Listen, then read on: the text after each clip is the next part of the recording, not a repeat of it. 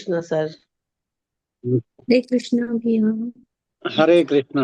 हरे कृष्णा। आप सभी को सादर वंदन, अभिनंदन। सत्संग से शुरू करें। जी जी, कौन करेंगे आज का सत्संग?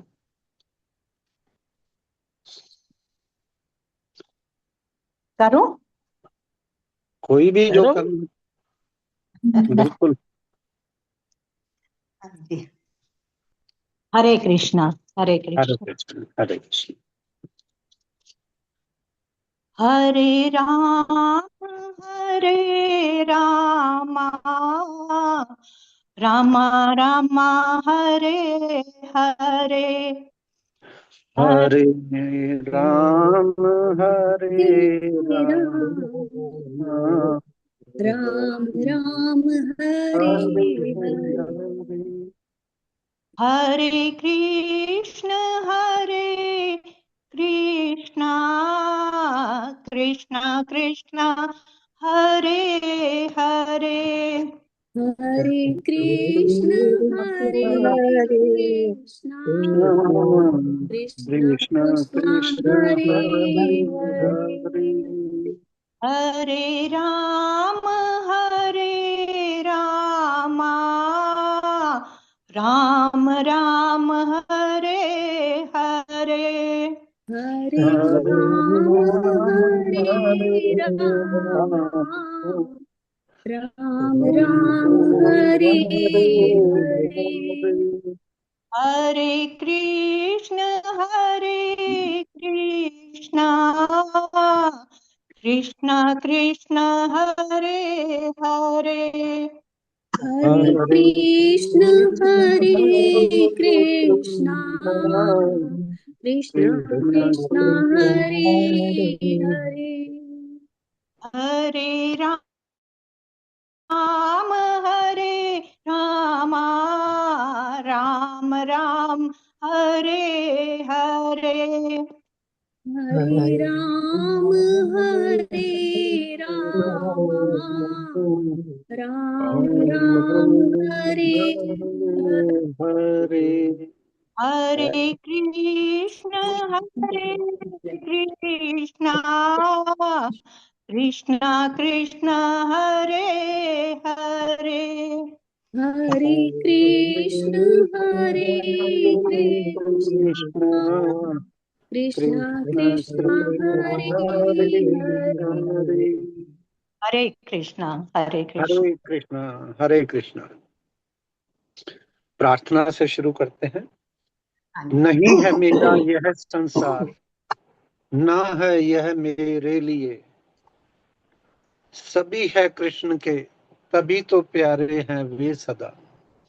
मेरे तो है कृष्ण केवल, दूसरा ना कोई, जैसा भी हूँ उन्हीं का हूँ, शरण में हूँ उनकी सदा।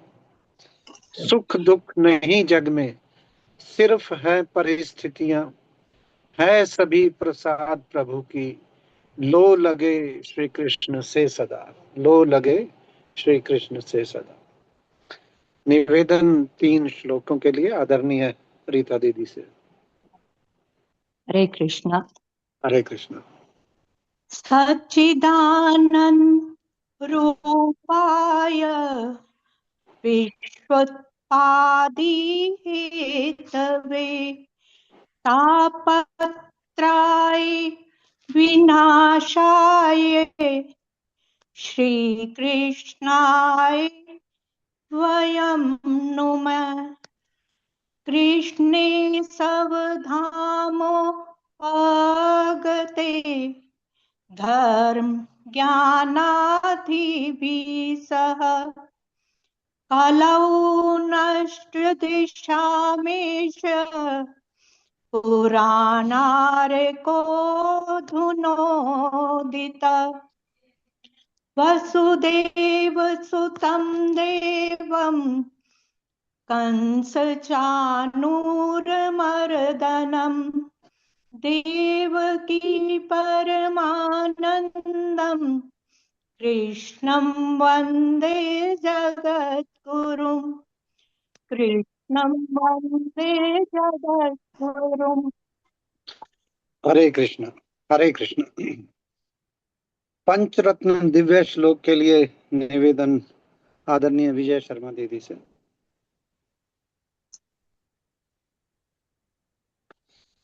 आदरणीय विजय शर्मा दीदी।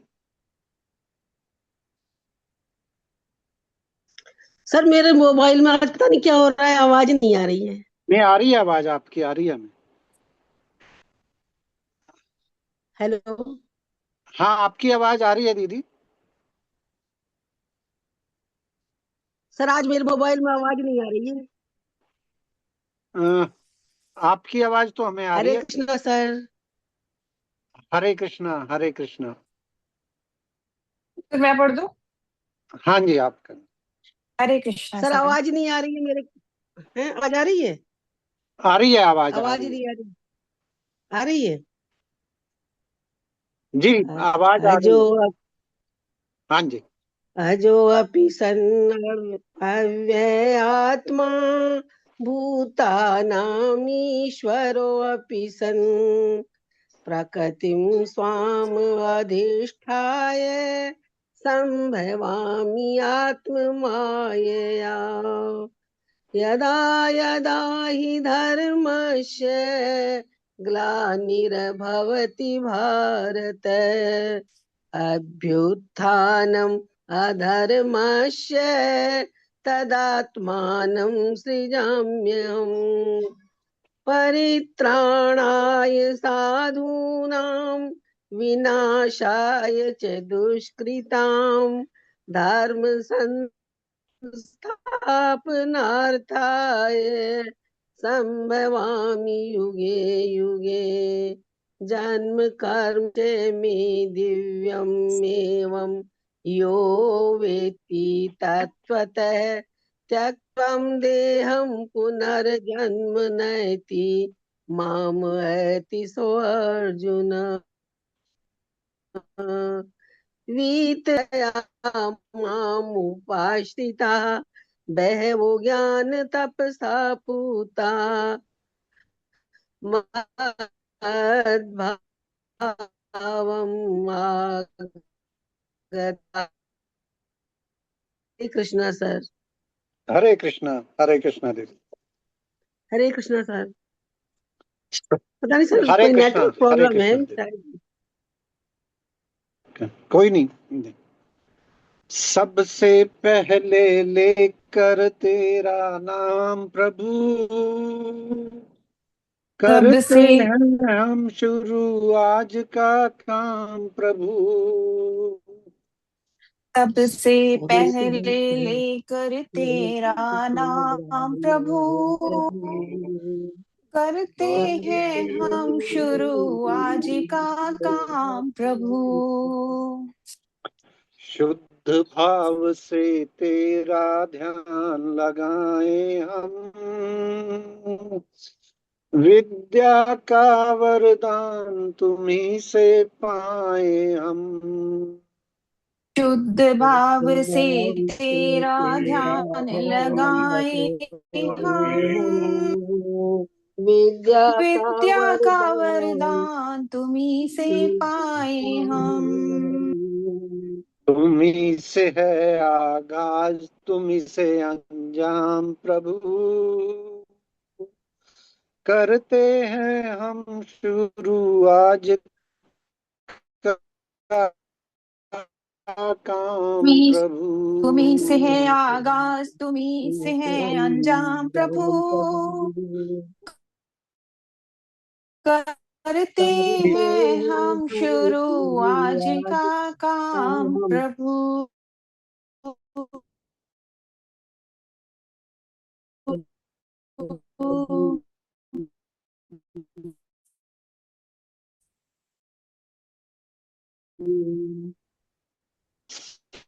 सबसे पहले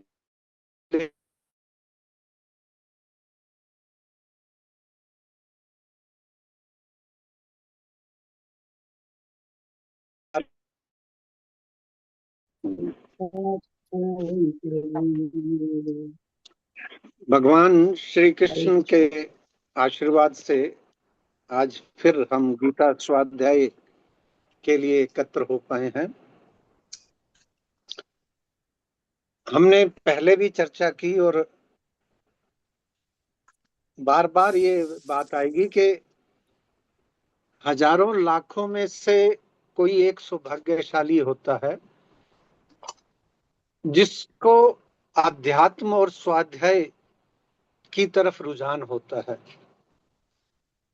और उनमें से भी कोई कोई सौभाग्यशाली होता है जिसको गीता स्वाध्याय का ऐसा सुअवसर प्राप्त होता है। तो प्रभु की वाक्य में बहुत असीम कृपा हम सब पर है कि हम नियमित रूप से इस कक्षा के लिए एकत्र हो पा रहे हैं।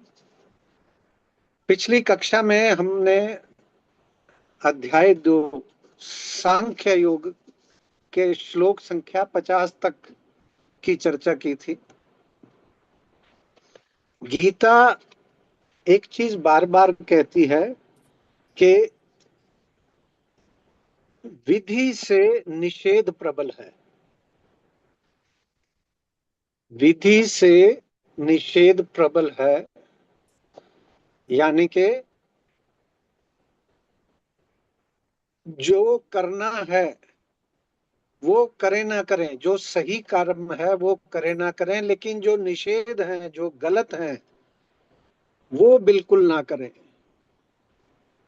जो डूज है वो करना चाहिए, नहीं हो तो कोई ज्यादा उसमें दोष नहीं है, लेकिन जो डू नॉट डू है, हमें उस बारे में बहुत सतर्क रहना चाहिए कि ऐसा अनजाने में कोई ऐसा काम ना हो जाए जिससे किसी का बुरा हो जाए। अब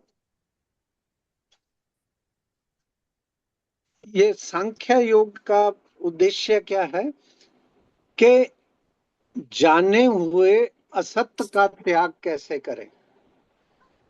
जाना हुआ असत्य क्या है कि हमने इस शरीर, संसार, परिवार, इसी को ही सच मान लिया है, जो कि वास्तव में असत्य है। सत्य क्या है? सत्य केवल वो परम परमात्मा है, वो चेतना है जो सर्वव्याप्त है। लेकिन बड़ी अद्भुत बात है कि जो सत्य है वो दिखता नहीं है, और जो असत्य है वो सब जगह व्याप्त प्रतीत होता है। ऐसा क्यों होता है? तो उसके लिए हम पहले मोह और ममता को समझते हैं।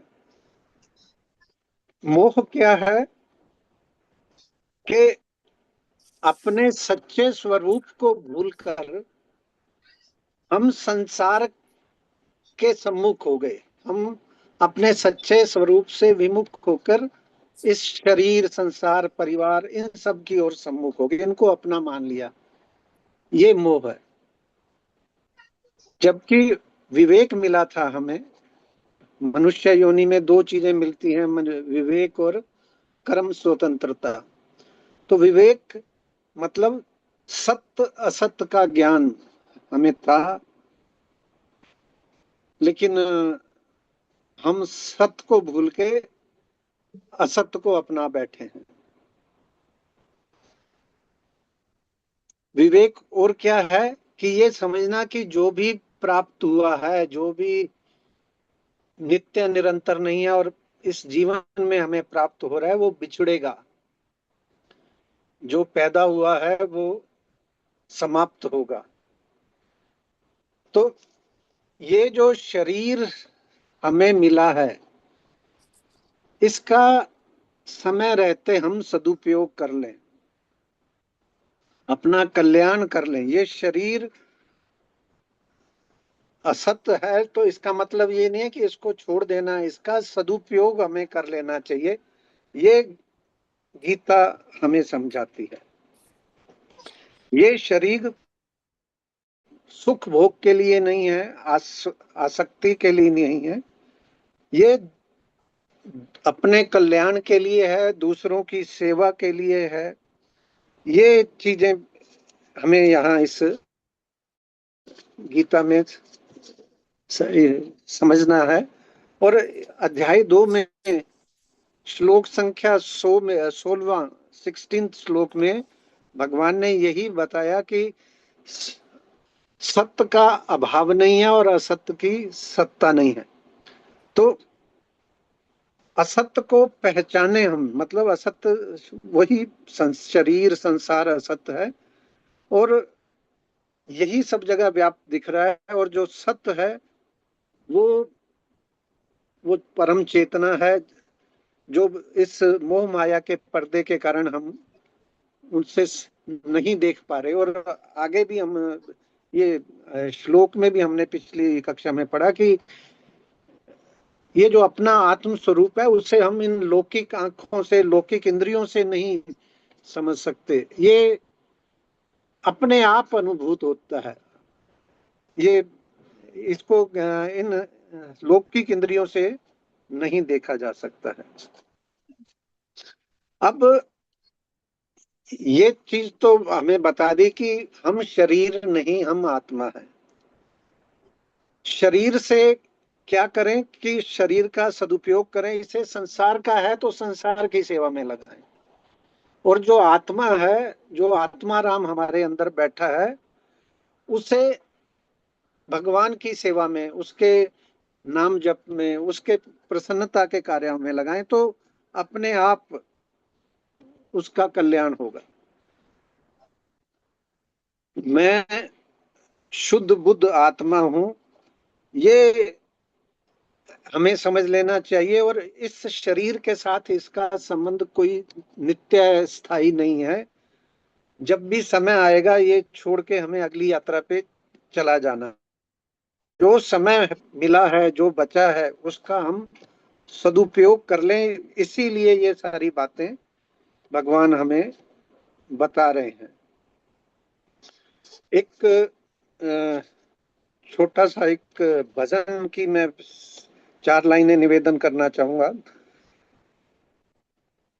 कि डरते रहो ये जिंदगी बेकार ना हो जाए, डरते रहो ये जिंदगी बेकार ना हो जाए, सपने में भी किसी जीव का अपकार ना हो जाए, पाया है तन अनमोल सदाचार के लिए, पाया है तन अनमोल सदाचार के लिए, विषयों में फंस कर कहीं इससे कोई अनाचार ना हो जाए।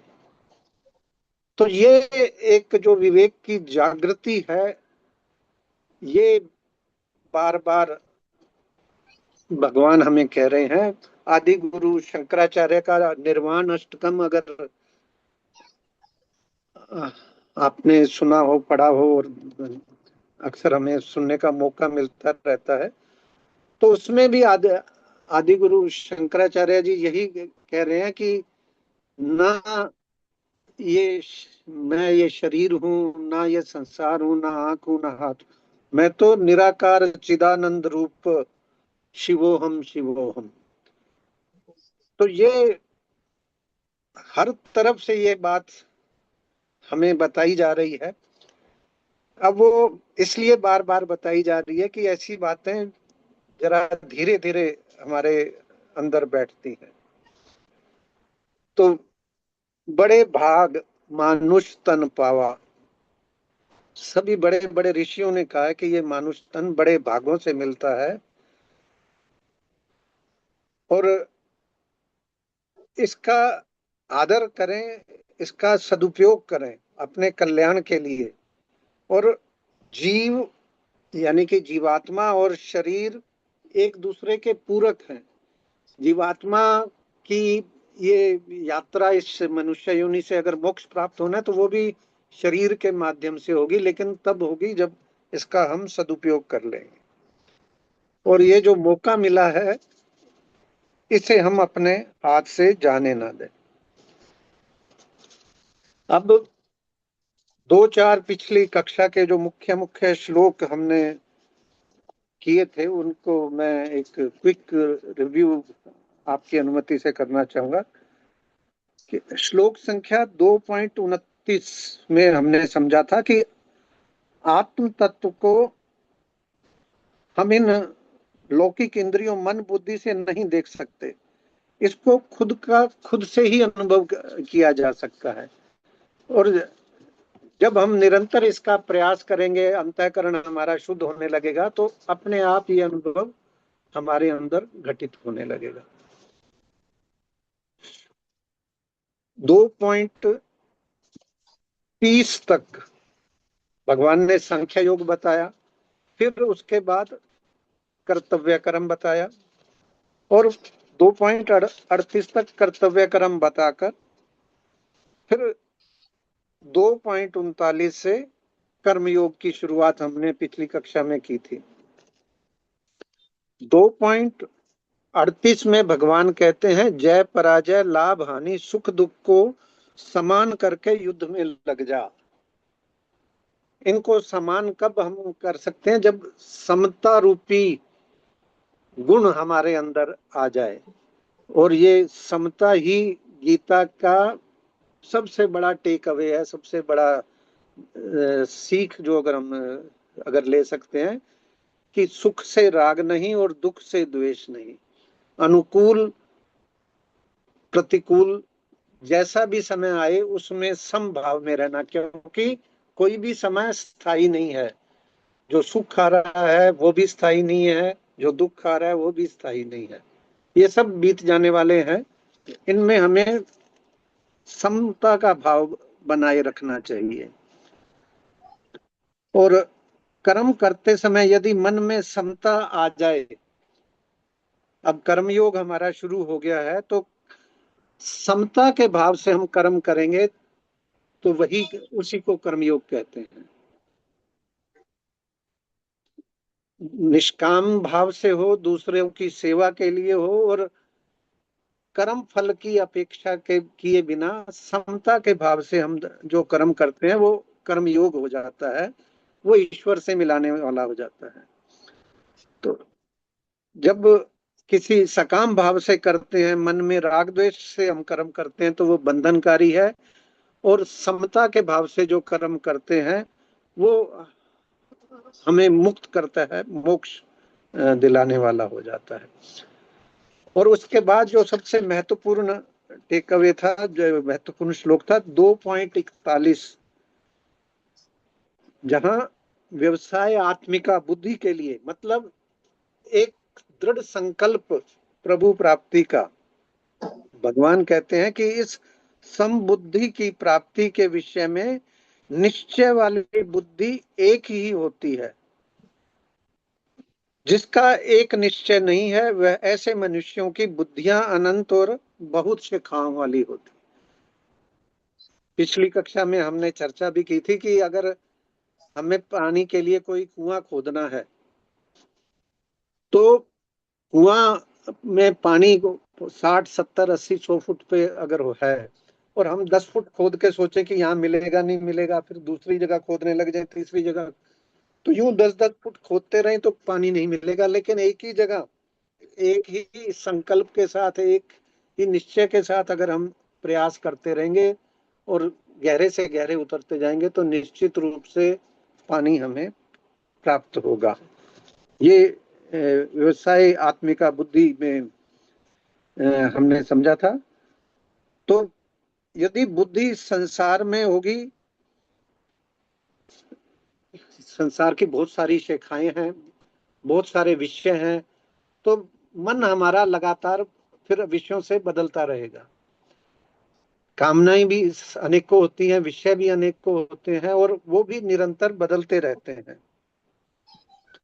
तो इसलिए हमारा संकल्प भी फिर बदलता रहता है। लेकिन प्रभु प्राप्ति का एक निश्चय कर ले जो कि नित्य है, निरंतर है, अटल है, तो हमारा जो संकल्प है वो भी फिर अटल हो जाएगा। तो इसलिए संसार के प्रति असंग हो जाएं, असारता कर लें। ये इस श्लोक से, व्यवसाय आत्मिका बुद्धि से हमें समझने का है। और जो श्लोक बदलते रहते हैं उसके लिए एक 2 लाइनें किसी ने कही हैं, हमारा शरीर भी हम देख रहे हैं, देखिए लगातार बदल रहा है।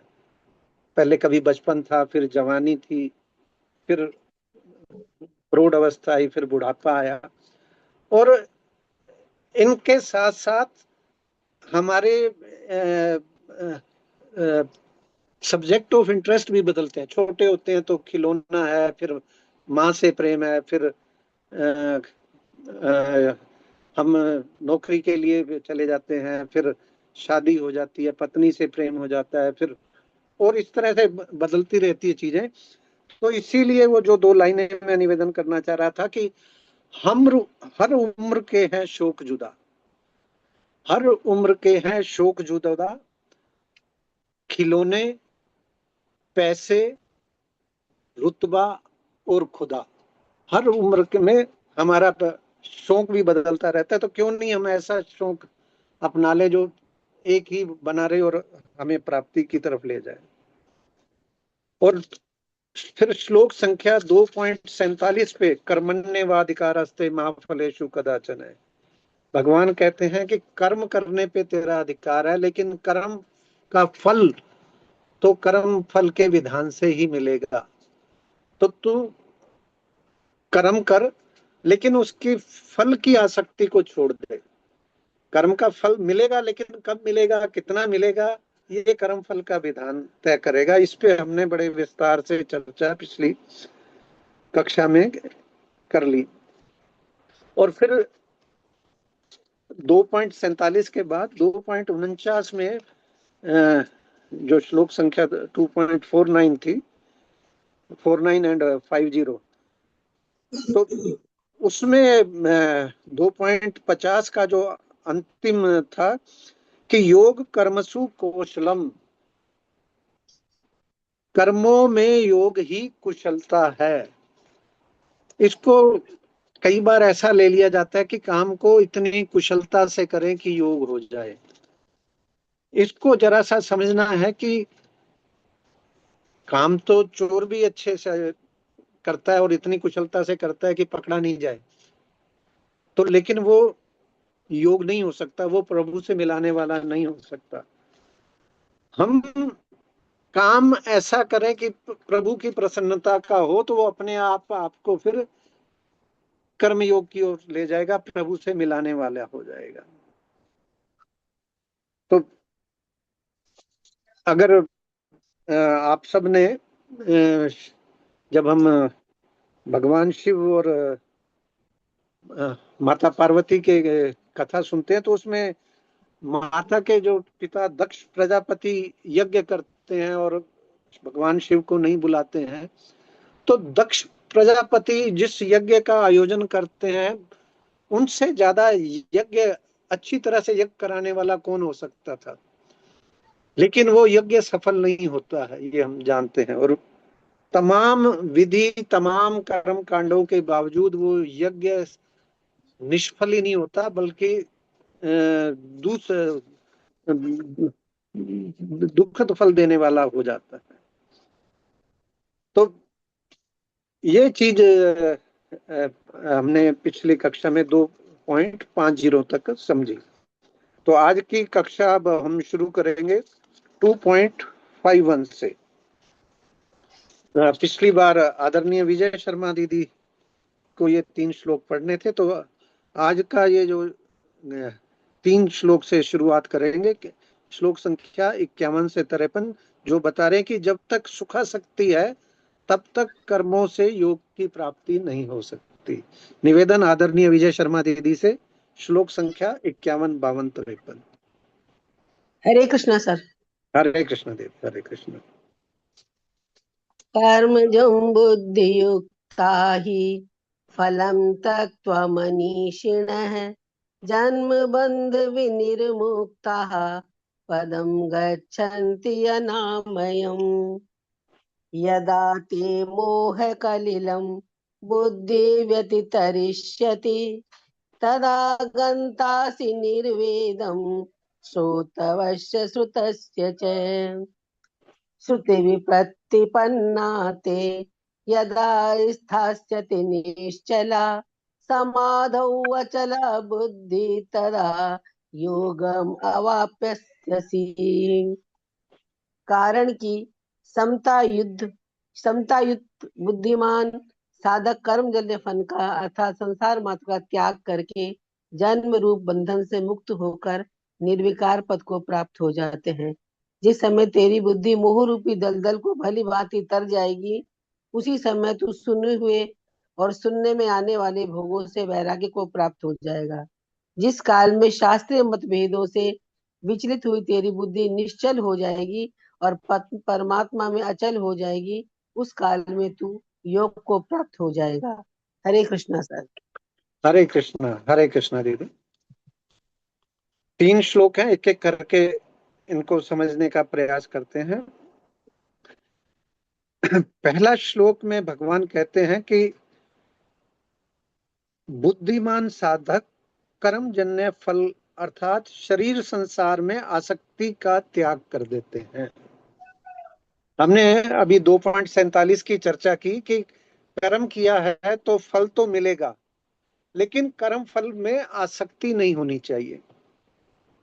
और उसी क्रम में यहाँ भगवान कह रहे हैं कि जब कर्म फल की आसक्ति का हम त्याग कर देते हैं, क्योंकि इस कर्म फल की इच्छा से ही बंधन होता है, सकाम भाव से किए गए काम ही बंधनकारी होते हैं, और निष्काम कर्म करना ही इस जो कामनाएं हमें आती रहती हैं उसको मिटाने का एकमात्र उपाय है।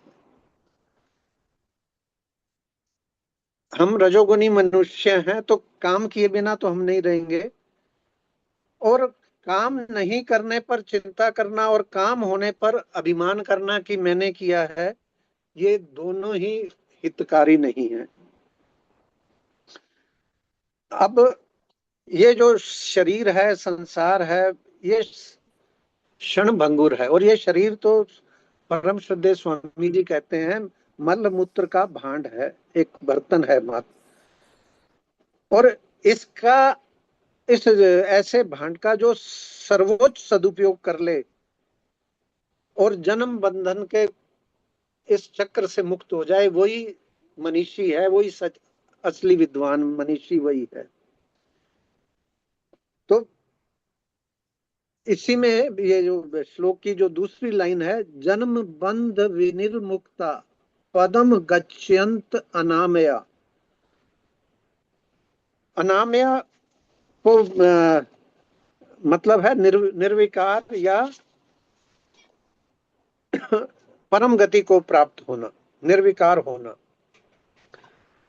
तो ये जो आत्मा इस संसार में आती है शरीर के माध्यम से, तो शरीर संसार से संबंध करने से ही इसमें विकार आ जाते हैं। अदरवाइज तो आत्मा तो शुद्ध बुद्ध आत्मा है, निर्विकार है।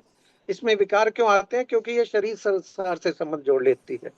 और जब ये बोध हमें हो जाता है हमारे स्वरूप का, सच्चे स्वरूप का, और इस संबंध को हम समाप्त कर दें, तो जो अपने आप निर्विकारता आ जाती है, अनामय हम हो जाते हैं। ये यहाँ भगवान हमें कह रहे हैं। फल बिना कष्ट। तो जो भी काम हम करेंगे उनके मिलेंगे। सात्विक फल का कर्म करेंगे तो निर्मल फल मिलेंगे, राजसिक मतलब सकाम भाव से करेंगे तो सुखों के लिए करेंगे लेकिन दुख मिलेंगे, और तामसिक भाव से करेंगे तो मूढ़ता आलस्य वो आते हैं। लेकिन जब हम सम भाव से, समता में रहकर कर्म करते हैं, निष्काम भाव से करते हैं, तो अपने आप फिर इनके फलों का त्याग हो जाता है और अपने आप इसकी सुखासक्ति से हम मुक्त हो जाते हैं। इसीलिए भगवान कह रहे हैं कि बुद्धिमान साधक कर्मजन्य फल का त्याग करके जन्म रूपी बंधन से मुक्त होकर अनामय निर्विकार को प्राप्त हो जाते हैं। लेकिन अब दूसरे में कह रहे हैं कि जिस समय तेरी बुद्धि मोह रूपी दलदल क्या है?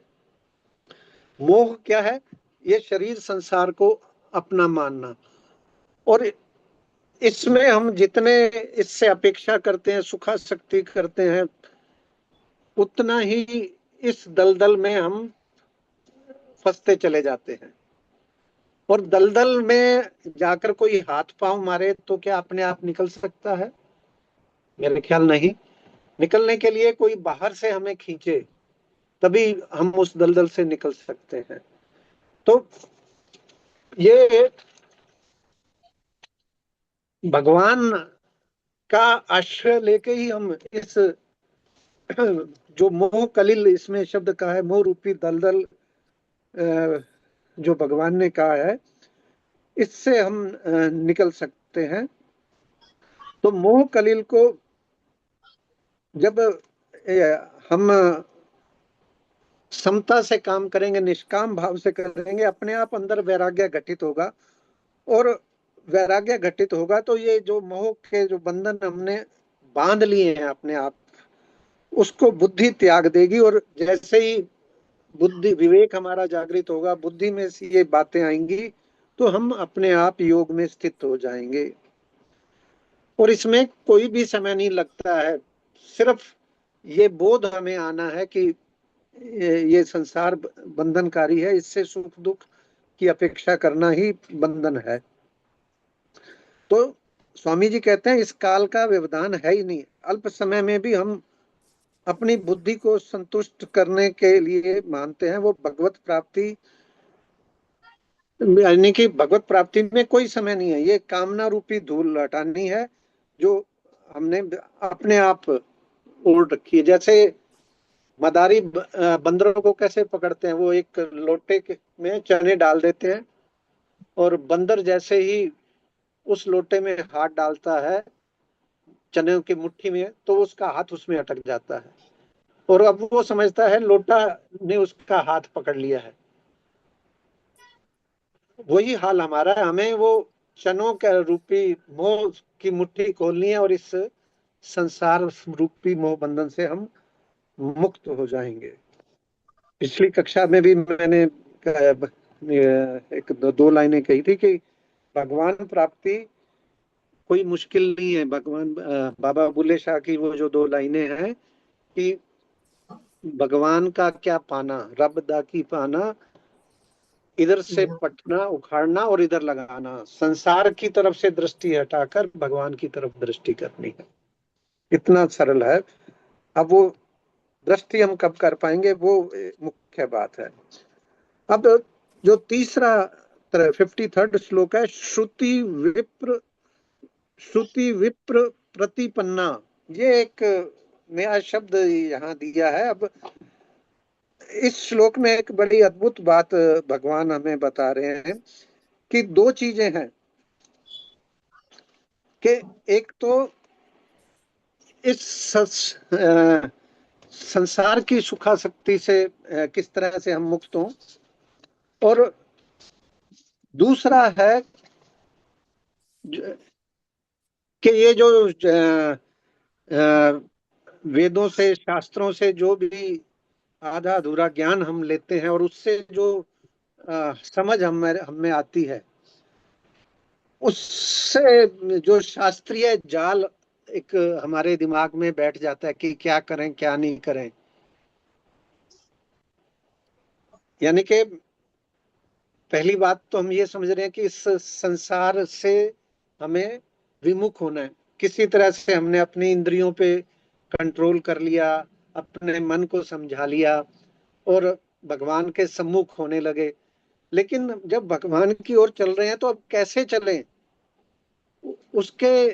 उसको निर्गुण निराकार माने, सगुण साकार माने, उसकी पूजा कैसे करें, उसकी अर्चना कैसे करें, किस चीज का भोग लाएं, कैसा पाठ, ये इतना मकड़ जाल कई बार बन जाता है और हम उसमें उलझ जाते हैं।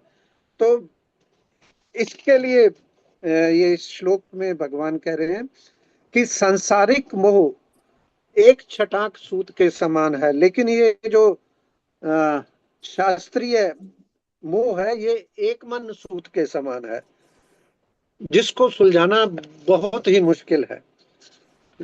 तो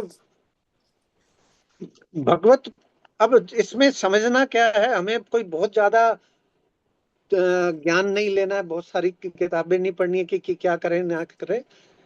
बार बार गीता हमें एक ही बात कह रही है कि भगवत प्राप्ति में भाव प्रमुख है।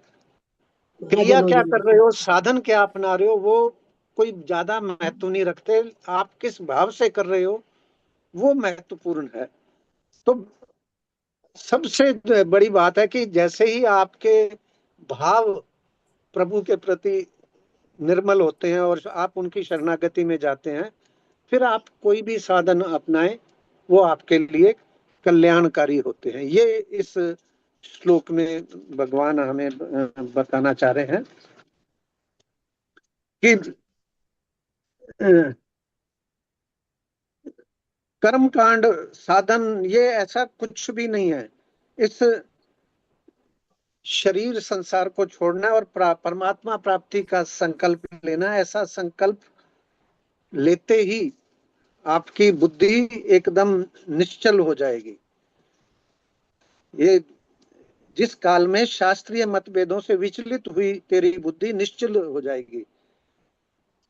संकल्प भगवत प्राप्ति का जब हो गया और भाव आपके शुद्ध हो गए तो आपकी बुद्धि अपने आप निश्चल हो जाएगी, परमात्मा में अचल हो जाएगी और आप योग को प्राप्त हो जाएंगे।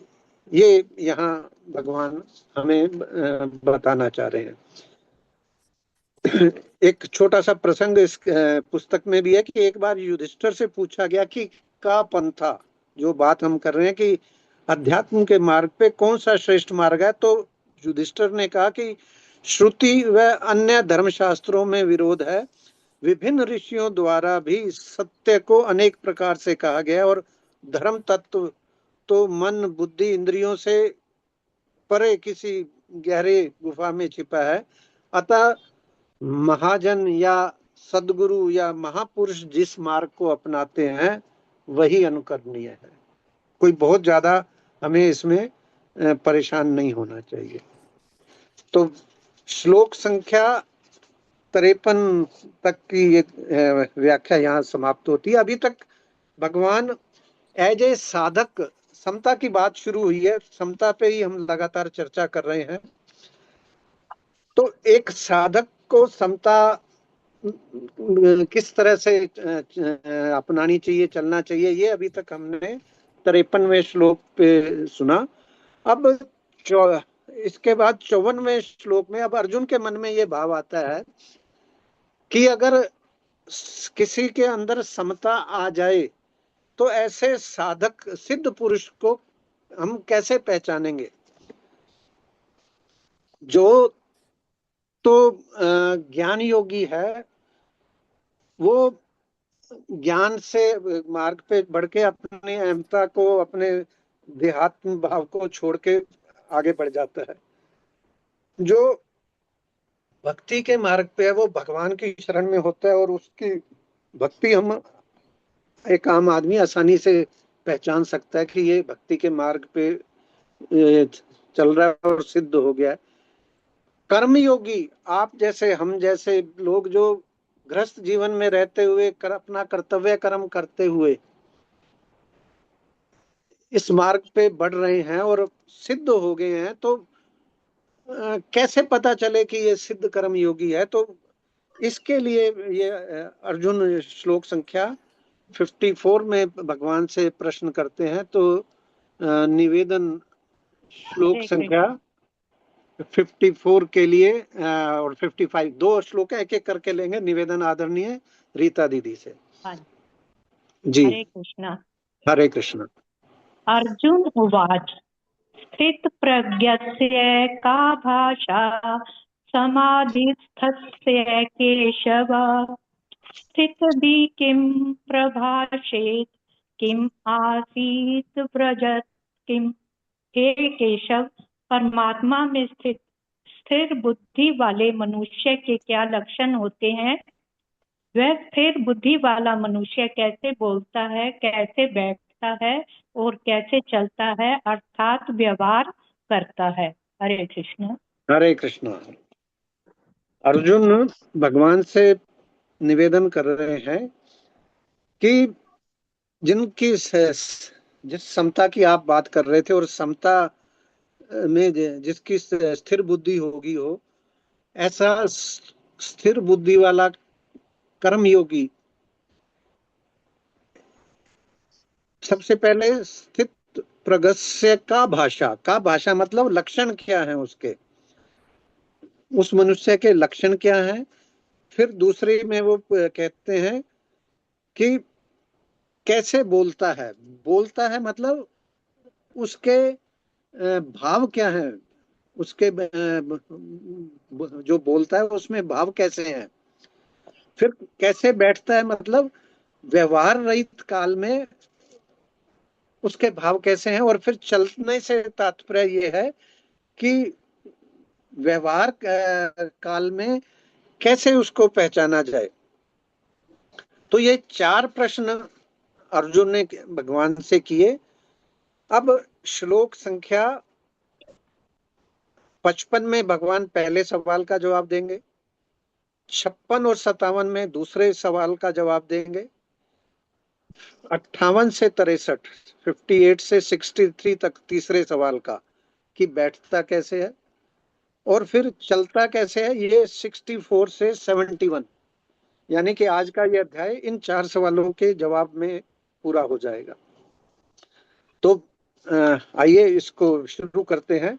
भगवान 55 में क्या कह रहे हैं, निवेदन आदरणीय रीता दीदी से।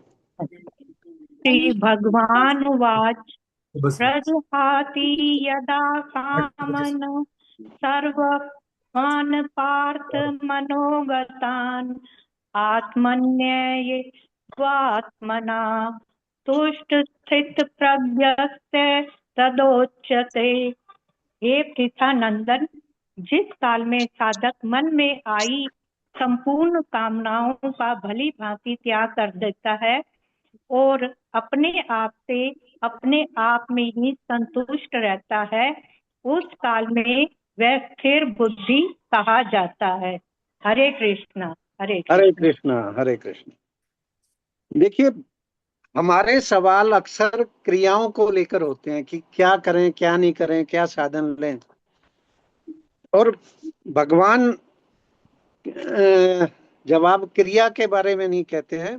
अर्जुन का प्रश्न क्रिया को लेकर था, लेकिन भगवान भाव क्या है उसको लेकर उत्तर दे रहे हैं। क्योंकि बार बार गीता हमें समझा रही है कि क्रिया से भाव महत्वपूर्ण है और भाव से उद्देश्य महत्वपूर्ण है। कोई भी क्रिया हम करते हैं तो बेसिकली तो हमारे अंदर मूल में भाव क्या है वही उस क्रिया को हमसे करवाता है।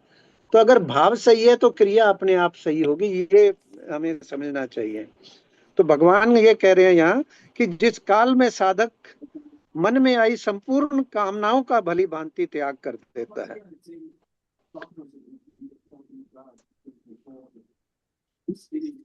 वह अपने आप में संतुष्ट रहता है, उस काल में वह स्थिर बुद्धि हो जाता है। कामनाएं जैसे ही खत्म हुई, ये जो सारे संसार में हम सारे जीवन भर उलझे रहते हैं, उनका मूल कारण ही कामना है। ये बात हम बार बार समझ रहे हैं। तो इसीलिए 2 लाइनें किसी ने कही है कि चाह मिटी चिंता मिटी।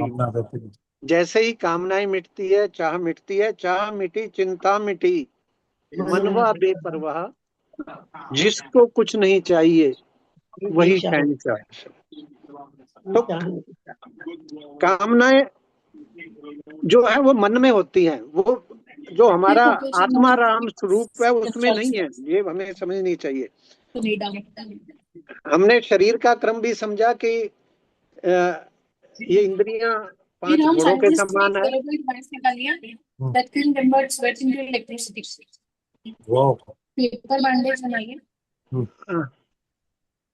ये शायद किसी का माइक कौन है, मेरा निवेदन माइक ऑफ कर लें अपना।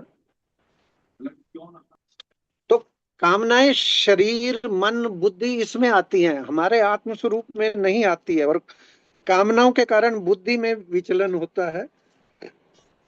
जैसे ही हम कामनाओं का त्याग कर देते हैं, उनसे मुक्त हो जाते हैं, बुद्धि हमारी स्थिर हो जाती है। तो यही भगवान यहाँ कह रहे हैं कि कामनाओं का त्याग होते ही अपने आप में ही संतुष्ट रहता है, जिसको कुछ नहीं चाहिए वही शहंशाह। या इसको एक 2 लाइनें और भी हैं कि चाह चूड़ी रामदास, सब नीचन के नीच, तू तेरे केवल बहन, गर चाह न होती बीच, तू तो केवल ब्रह्म था। यानी कि तेरा तू तो ब्रह्म था, इन अगर चाह ना होती भी, यानी कि इन चाह और इन कामनाओं के कारण तू अपना सच्चा स्वरूप भूलकर आज इस अधम स्थिति में पड़ा है। तो जो भी भौतिक सुख दुख है, भौतिक इच्छाओं की पूर्ति से जो सुख मिलता है वो बहुत क्षणिक होता है, अस्थायी होता है, कुछ समय के लिए होता है, उसको आनंद नहीं कह सकते। हमारा जो सच्चा स्वरूप आत्मा का है उसमें परमानंद जो आता है वो इन कामनाओं की पूर्ति से नहीं आता है। सच्चा स्वरूप जब अपने अंश से मिलता है तभी तो आनंद जो है, जो परमानंद जिसको कहते हैं हम, सदा स्थायी है, वो इन साधनों से, इन मीन से निरपेक्ष है। आनंद के लिए किसी दूसरे का होना जरूरी नहीं। आप अपने आप में जब स्थित हो जाते हैं, आप उस स्थिति में बिना किसी के मिले, बिना कुछ प्राप्त हुए ही अपने सच्चे स्वरूप में आनंद में स्थित हो जाते हैं। तो व्यक्ति सुख सुविधाओं की पूर्ति करते करते ऊब जाता है, लेकिन जीवन के अंत में समझ में आता है कि कुछ हाथ नहीं आया। सच्चा स्वरूप में जो आनंद है उसके सामने ये सांसारिक सुख सुविधाएं कुछ भी नहीं है। जिसे विराट का सुख मिल गया वो इन छोटी छोटी चीजों की, लौकिक चीजों की कामना क्यों करेगा। ये जो अपने सतचित आनंद स्वरूप में स्थित हो गया वो फिर इन चीजों में नहीं पड़ता है। अब इसी क्रम में आगे श्लोक संख्या 56-57 निवेदन आदरणीय मुकेश वर्मा जी से। श्लोक संख्या 56-57।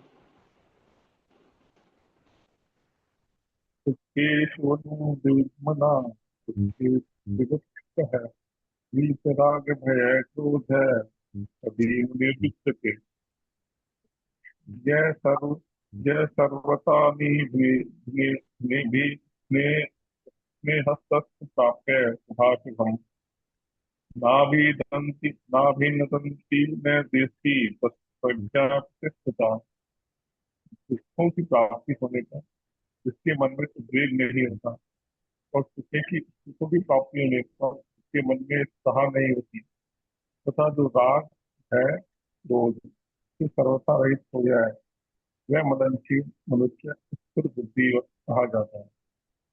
सब जगह आसक्ति रहित हुआ जो मनुष्य उस शुभ अशुभ को प्राप्त करके न तो प्रसन्न होता है न द्वेष करता है, उसकी बुद्धि स्थिर है।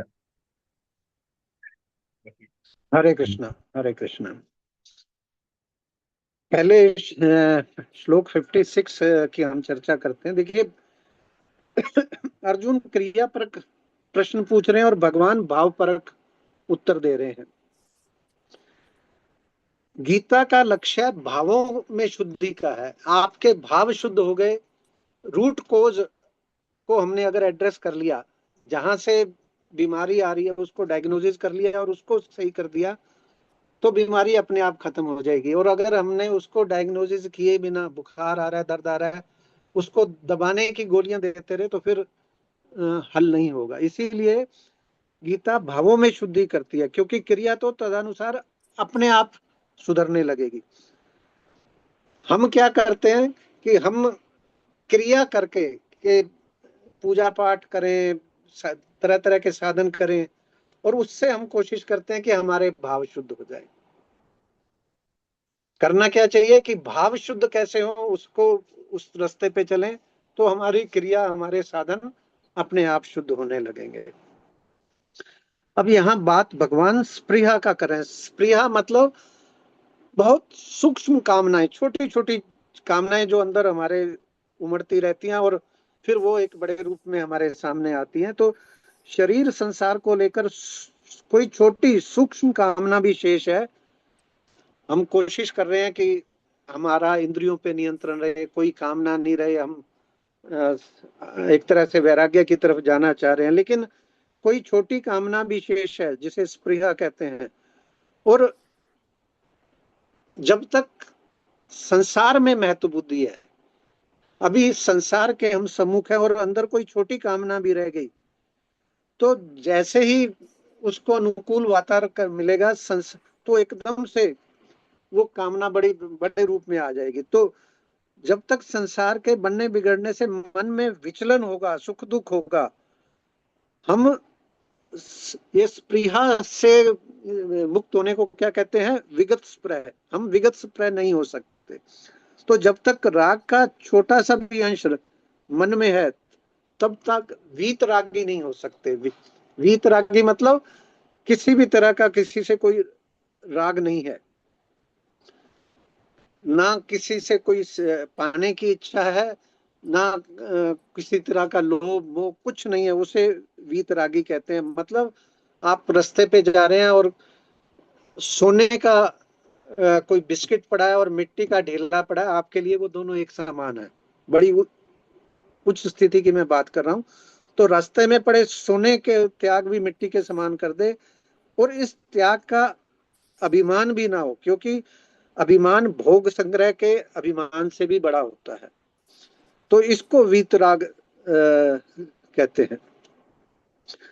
तो दुख की प्राप्ति होने पे जिसके मन में उद्वेग नहीं हो, हम कुछ भी करने जा रहे हैं, परिस्थितियां अनुकूल भी हो सकती हैं, प्रतिकूल भी हो सकती हैं, उसमें सम रहे, और फिर कर्म करने के बाद जो भी फल मिल रहा है वो सुख के रूप में आ रहा है, दुख के रूप में आ रहा है, उसमें भी हम सम रहते हैं।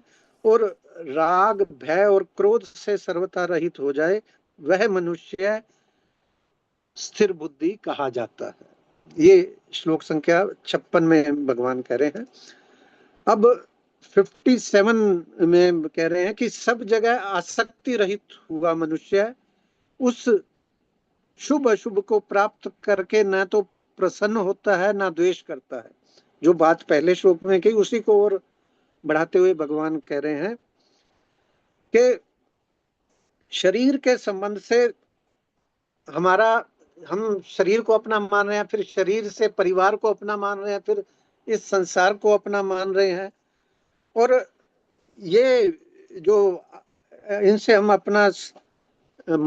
अपनापन मोह ममता, इसको अभिस्नेह भगवान ने कहा है। तो ये जो अभिस्नेह है, जो गाढ़ी ममता है हमारी, ये जो जिसमें समता आ जाती है, उसमें अनाभिस्नेह फिर आ जाता है। यानी कि शरीर संसार में उसकी कहीं आसक्ति नहीं रहती। शुभ अशुभ अनुकूल प्रतिकूल परिस्थितियों के प्राप्त होने पे वो ना हर्ष करता है ना शोक करता है। नानी बाई रे मायरो में वो नरसिंह जी का जो एक किरदार की हम सुनते हैं कि वो दिन रात घरेलू काम करते हैं, खेत खलिहान का काम करते हैं, उनके भैया भाभी उनका डांटते हैं, अपमान करते हैं, लेकिन वो अपना काम में लगे रहते हैं, उनसे प्रभावित नहीं होते। बेटी का मायरा भरने जा रहे हैं, वहां ससुराल में भी उनका अपमान होता है, लेकिन उनके दिल में प्रभु प्रेम, प्रभु के प्रति भरोसा इतना ठोस रूप में भरा होता है कि इन चीजों से वो कतई प्रभावित नहीं होते। तो शरीर संसार के प्रति आसक्ति को हटाने का उपाय क्या है? हम इनसे असंग हो जाएं।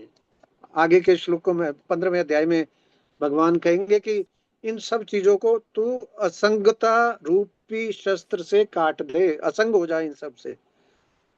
तो इस शस्त्र का उपयोग करके साधक संसार के काम करते हुए भी, हमें संसार से नहीं भागना है, व्यवहार करते हुए हमारे अंदर वैराग्य, अपने अंदर समता ऐसे घटित हो जाए कि ये जितनी भी व्यवहार में जो चीजें हम फेस करते हैं वो हम पर उस तरह से कोई प्रभाव नहीं डाले। जैसे कमल के पत्तों पे पानी आता है तो पानी अपने आप तुरंत हट जाता है, कमल के पत्ते को कोई प्रभाव नहीं डालता, वो निर्लिप्त रहता है पानी से। तो हम भी उस तरह से निर्लिप्त भाव हमें आ जाए। ये इसमें भगवान हमें कह रहे हैं कि उस सब जगह आसक्ति रहित हुआ मनुष्य उस शुभ अशुभ को प्राप्त करके ना तो प्रसन्न होता है ना द्वेष करता है और समता में स्थित रहता है। तो अब ये तो दूसरे प्रश्न का जवाब भगवान ने दे दिया। अब जो तीसरा प्रश्न था अर्जुन का कि बैठता कैसे है, स्थित प्रज्ञ कैसे बैठता है, अर्थात जब इंद्रियों के विषयों से संपर्क नहीं है, जब व्यवहार में नहीं है किसी तरह के, तो उसकी स्थिति क्या होती है। तो ये 3 श्लोक के लिए निवेदन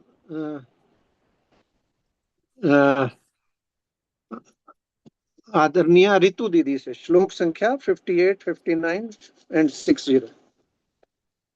हरे कृष्णा सर। हरे कृष्ण, हरे कृष्ण। हाँ जी। यदा संहर्ते चायं कूर्मो अंगानि सर्वशः इंद्रियार्थेभ्यस्तस्य प्रज्ञा प्रतिष्ठिता। एक एक करके लेंगे सर या इकट्ठे? नहीं, आप तीनों इकट्ठे ले लीजिए।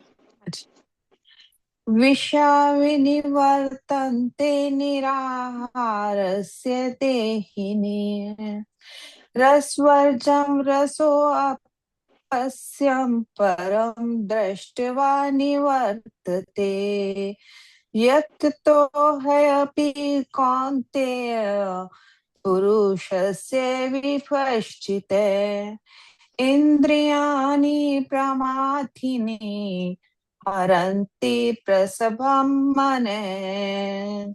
जिस तरह कछुआ अपने अंगों को सब ओर से समेट लेता है, ऐसे ही जिस काल में यह कर्मयोगी इंद्रियों के विषयों से इंद्रियों को सब प्रकार से हटा लेता है, तब उसकी बुद्धि स्थिर हो जाती है। निराहारी मनुष्य भी विषय तो निवृत्त हो जाता है और रस निवृत्त नहीं होता, परंतु परमात्मा तत्व का अनुभव होने से इस स्थित प्रज्ञ मनुष्य का रस भी निवृत्त हो जाता है, अर्थात उसकी संसार में रस बुद्धि नहीं रहती। कारण कि हे कुंती नंदन, यत्न करते हुए विद्वान मनुष्य की भी प्रमथनशील इंद्रियां उसके मन को बलपूर्वक हर लेती हैं। हरे कृष्ण। हरे कृष्ण, हरे कृष्ण। देखिए, भगवान कह रहे हैं कि हमने समता को जान लिया, समझ लिया, हम उस मार्ग पे बढ़ रहे हैं, प्रयास कर रहे हैं कि हम अपनी इंद्रियों को अपने वश में कर लें, अपनी कामनाओं को कंट्रोल कर लें, और अभी किसी तरह का व्यवहार अब हम नहीं कर रहे हैं। तो ऐसे में भी मन में विचार तो आते रहते हैं। हमें पैसे की इच्छा नहीं है, पैसा बिना भी हम जीवन जिए जा रहे हैं, लेकिन मन में कहीं जो सूक्ष्म कामनाओं के कारण विचार आते हैं। तो ऐसे समय में भी जब आप धीरे धीरे संसार से असंग होना शुरू करते हैं, तो जिस तरह कछुआ अपने अंगों को सब ओर से समेट लेता है, ऐसे ही जिस काल में कर्मयोगी इंद्रियों के विषयों से, इंद्रियों को सब प्रकार से, ये इंद्रियां हमारी, ये जो 5 इंद्रियां हैं, ये अपने अपने विषयों से सुख भोगने की इनमें प्रवृत्ति होती है। और जब हम अपनी इंद्रियों को इनसे हटा लेते हैं, तो ऐसे कर्मयोगी भी व्यवहार रहित काल में सभी विषयों से अपने मन को खींच लेता है, अर्थात उनका मानसिक संग नहीं करता है। 5 इंद्रियों के 5 विषय क्या है? शब्द, स्पर्श, रूप, रस, गंध। मन अब इन विषयों को इंद्रियां भोगती है, और असल में इंद्रियों के ऊपर भी मन आनंद लेता है। तो मन इंद्रियों का आश्रय लेकर इन विषयों का भोग करता है। लेकिन ये भी सत्य है कि कितना ही भोग कर लें, इन भोगों से कभी तृप्ति नहीं हो सकती। आप एक बार इनको अनुभव कर लें, आप इनसे बारे में समझ लें, और फिर धीरे धीरे इनसे हटना शुरू करें। आप तृप्त हो जाएं, विरक्त हो जाएं, मुक्त हो जाएं। तो इन भोगों के त्याग को, संकल्प को फिर हम धीरे धीरे अपना मजबूत करते जाएं। तो भोगों का मानसिक त्याग ही वास्तविक त्याग है। सच्चा त्याग कबीर का जो मन से दिया उतार, बिल्कुल मन से भी इच्छा नहीं हो कुछ पाने की, ऐसी स्थिति में आने के लिए हमें कहा जा रहा है। अब इसी में जो 59 श्लोक है, विषया विनिव वर्तन्ते निराहारस्य देहिन, के निराहारी इंद्रियों को विषयों से हटाने वाले मनुष्य के भी विषय तो निवृत्त हो जाते हैं। जब हम अपना संयम बरतते हैं, संकल्प लेते हैं और विषयों से मन को कंट्रोल करने लगते हैं, तो विषय तो निवृत्त हो जाते हैं, लेकिन जो एक रस उन विषयों के बारे में है, उसकी जो रस बुद्धि है, वो कहीं ना कहीं सूक्ष्म भाव में रह जाती है। परंतु परमात्म तत्व का अनुभव होने से इस स्थित मनुष्य का रस भी निवृत्त हो जाता है। वो एक सूक्ष्म कामना, जो एक रस बुद्धि, भगवान श्री कृष्ण कामना के समूल नाश की बात कर रहे हैं। भोगों के मानसिक त्याग के बाद हमारे मन में जो सूक्ष्म कामना रह जाती है, और वो सूक्ष्म कामना को जब भी कोई अनुकूल वातावरण मिलता है, वो पुनः बड़े स्वरूप में आके हमें हमारा पतन करा सकती है। इस सूक्ष्म कामना को यहाँ रस बुद्धि का है।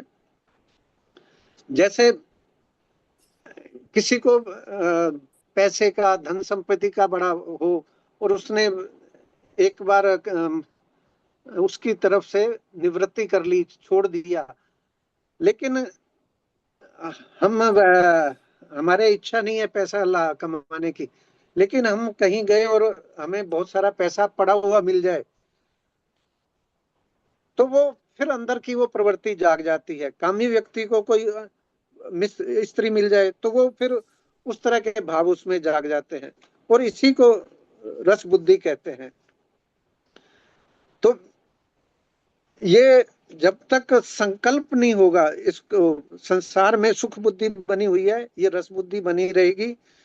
और जब हम अपने जो कल्याण के मार्ग पे बढ़ेंगे, और वो जो एक परमानंद का जो आनंद है, जब तक उसका आनंद लेना नहीं शुरू करेंगे, उस तरफ अपना टेस्ट डेवलप कह सकते हैं, नहीं करेंगे, तो जैसे जैसे मन उस आत्मानंद का स्वादन करता है, फिर रस बुद्धि नहीं रहती है। कर्मयोग में आप कर्मयोग के रास्ते पे चल रहे हो, तो शरीर संसार से जो लिया है, ये उसी को लौटा दो, उसकी सेवा में लगा दो। ज्ञान योग में तत्व की अनुभूति और भक्ति योग में प्रेम का रस मिलने पे रस बुद्धि दूर हो जाती है।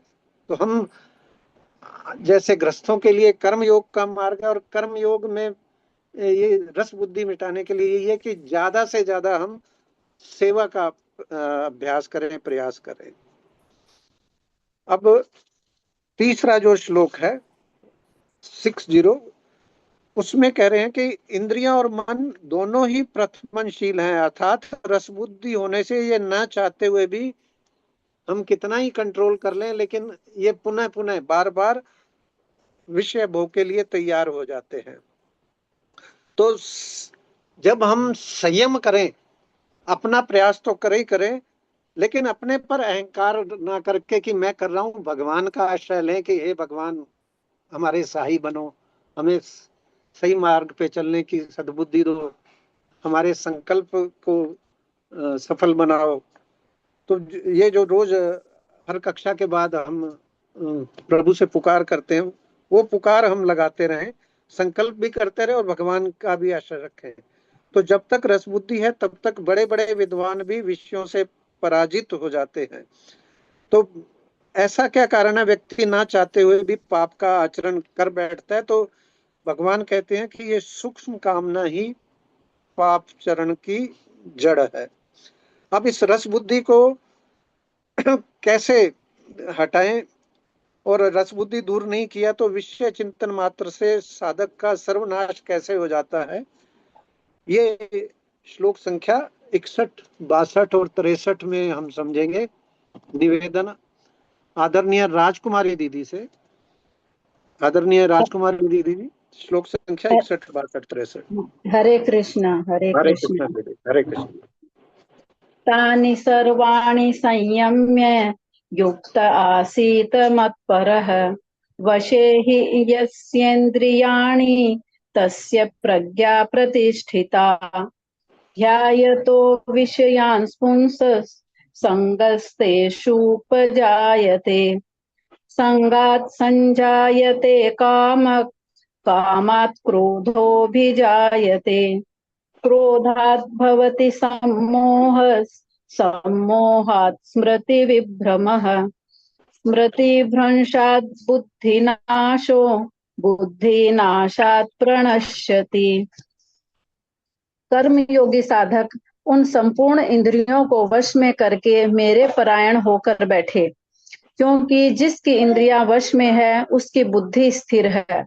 विषयों का चिंतन करने वाले मनुष्य की उन विषयों में आसक्ति पैदा हो जाती है, आसक्ति से कामना पैदा होती है, कामना से बाधा लगने पर क्रोध पैदा होता है, क्रोधित होने पर सम्मोह मूढ़ भाव हो जाता है, सम्मोह से स्मृति भ्रष्ट हो जाती है, स्मृति भ्रष्ट होने पर बुद्धि विवेक का नाश हो जाता है, बुद्धि का नाश होने पर मनुष्य का पतन हो जाता है। हरे कृष्ण हरे हरे कृष्ण। कृष्ण हरे कृष्ण। देखिए, बड़े ही साइंटिफिक और लॉजिकल तरीके से भगवान यहाँ समझा रहे हैं कि एक छोटी सी स्पृहा हो रस बुद्धि में कैसे एक छोटी सी कामना फिर बढ़ते बढ़ते किस तरह से हमारा पतन कर देती है। कैसे कि हम कर्मयोग के मार्ग पे चल रहे हैं, हमने सब संयम सब व्रत तप सब कर रहे हैं, लेकिन इंद्रियां भी हमने वश में कर ली, बुद्धि भी स्थिर है, लेकिन कहीं से कोई विषय का चिंतन हमारे दिमाग में आ गया। तो यहाँ एक चीज बहुत महत्वपूर्ण हमारी समझ में है, हमें समझना चाहिए कि जब हम इस मार्ग पे चल रहे हो तो हमें बहुत सावधान रहना चाहिए कि किस तरह की संगत हम कर रहे हैं, किस तरीके का साहित्य हम पढ़ रहे हैं, किस तरह की टीवी और इस तरह सोशल मीडिया की चीजों से हम रूबरू हो रहे हैं।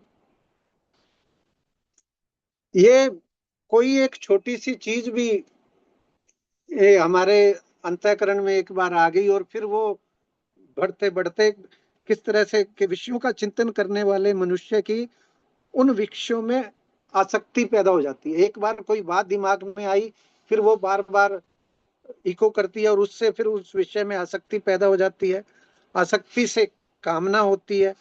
अब वो कामना पूरी होने पे हम उसका प्रयास करते हैं और प्रयास करने पे अगर वो सिद्ध नहीं होता है तो फिर क्रोध होता है और क्रोध होने से फिर हमारी बुद्धि, हमारा विवेक भ्रष्ट हो जाता है, नाश हो जाता है और बुद्धि और विवेक के नाश होने पे फिर पतन हो जाता है। तो बहुत जरूरी है कि जब हम इस मार्ग पे चलें तो भगवान ये क्या कह रहे हैं कि इंद्रियों को वश में करके मेरे परायण होके बैठो, केवल और केवल भगवान के परायण होके बैठो। इंद्रियां संयम के लिए पूरी ताकत लगानी है, लेकिन आश्रय केवल भगवान का। कि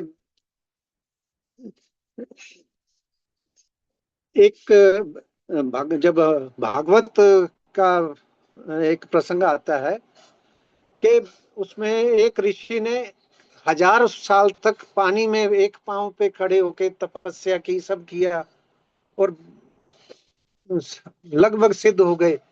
फिर उन्होंने किसी को रति क्रिया करते हुए देख लिया और उससे उनके दिमाग में वो बातें इको करने लगी और फिर वो उस मार्ग पे चल पड़े। उनकी 1000 साल की तपस्या उस एक क्षण के उस दृश्य ने सारी उनकी मेहनत को खत्म कर दिया। तो पहली बात, हमें ये मार्ग पे चलना चाहिए और फिर बड़ा सावधान रहना चाहिए अपने विचारों को लेकर, क्योंकि ये विचार फिर किस तरह से आगे बढ़ते हैं। तो ज्ञान और कर्म मानो कैंची के दो फलक हैं, जिनको काम लेने के लिए भक्ति रूपी आधार के हाथ की आवश्यकता है। तो ज्ञान और कर्मयोग करें, लेकिन जब तक भगवान का सहारा नहीं मिलेगा, एक भरोसो एक बल एक आस विश्वास, एक राम घनश्याम हित चातक तुलसीदास। हम सब करें, लेकिन भगवान पर आसरा लेके चले और भरोसा भी करें तो फिर पूरा करें। ये एक प्रसंग आया है कि एक नवयुवक ने शास्त्री जी से पूछा कि तपस्वी जंगलों में जाते हैं, तपस्या करते हैं और वहां खाने पीने की वो चिंता नहीं करते, अपने आप प्रकृति भगवान वो सारी व्यवस्था का अपने आप होती है। तो क्या मैं भी तपस्या करने जाना चाहता हूं, तो मेरी व्यवस्था भगवान कर देंगे?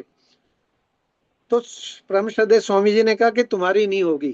कारण कि तुम्हारा ध्यान अभी इस बात पे तो है ही नहीं कि मुझे जाके तपस्या करनी है। तुम्हें तो इस बात की चिंता है कि मुझे खाना मिलेगा या नहीं मिलेगा, तो इसलिए तुम्हें नहीं मिलेगा, यही तुम्हारा प्रारब्ध है।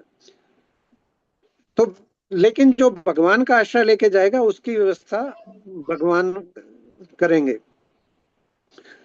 तो ये जो दूसरा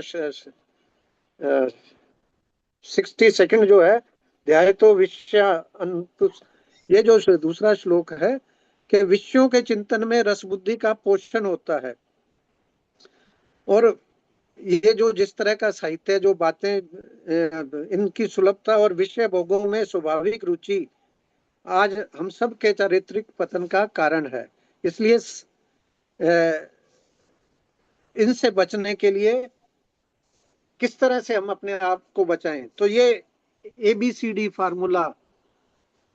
हम नहीं चाहते कि खेत हमारा कोई खाली पड़ा खेत है, उसमें खरपतवार नहीं उगे, तो उससे बचने का क्या उपाय है कि हम कोई अच्छी फसल के बीज उसमें बो दें, तो अपने आप फसल आएगी, खरपतवार को उगने का मौका ही नहीं मिलेगा।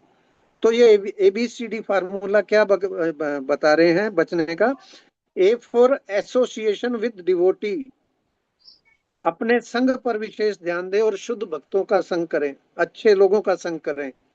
B फॉर बुक रीडिंग, अच्छी किताबें, अच्छे साहित्य, गीता, रामचरितमानस या और जो अच्छे साहित्य है उनका स्वाध्याय करें।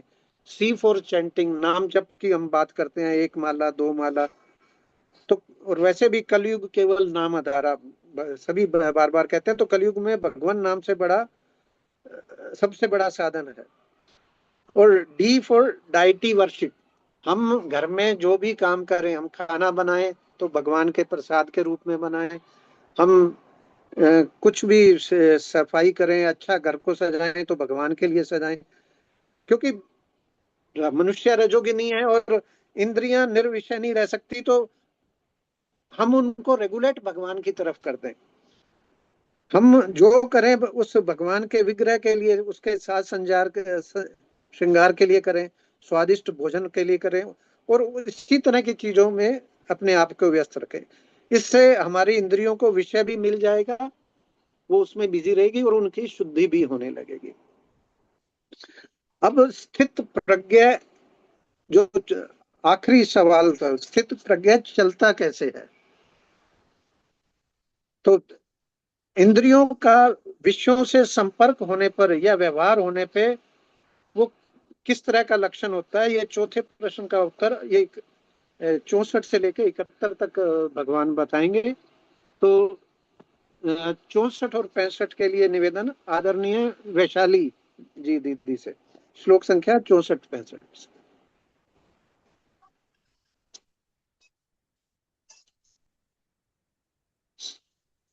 राजकुमार जी, श्लोक संख्या 64-65। हाँ जी, आदरणीय वैशाली खुराना दीदी। हाँ हाँ जी भैया। जी। हरे कृष्ण भैया। हरे कृष्ण हरे कृष्ण।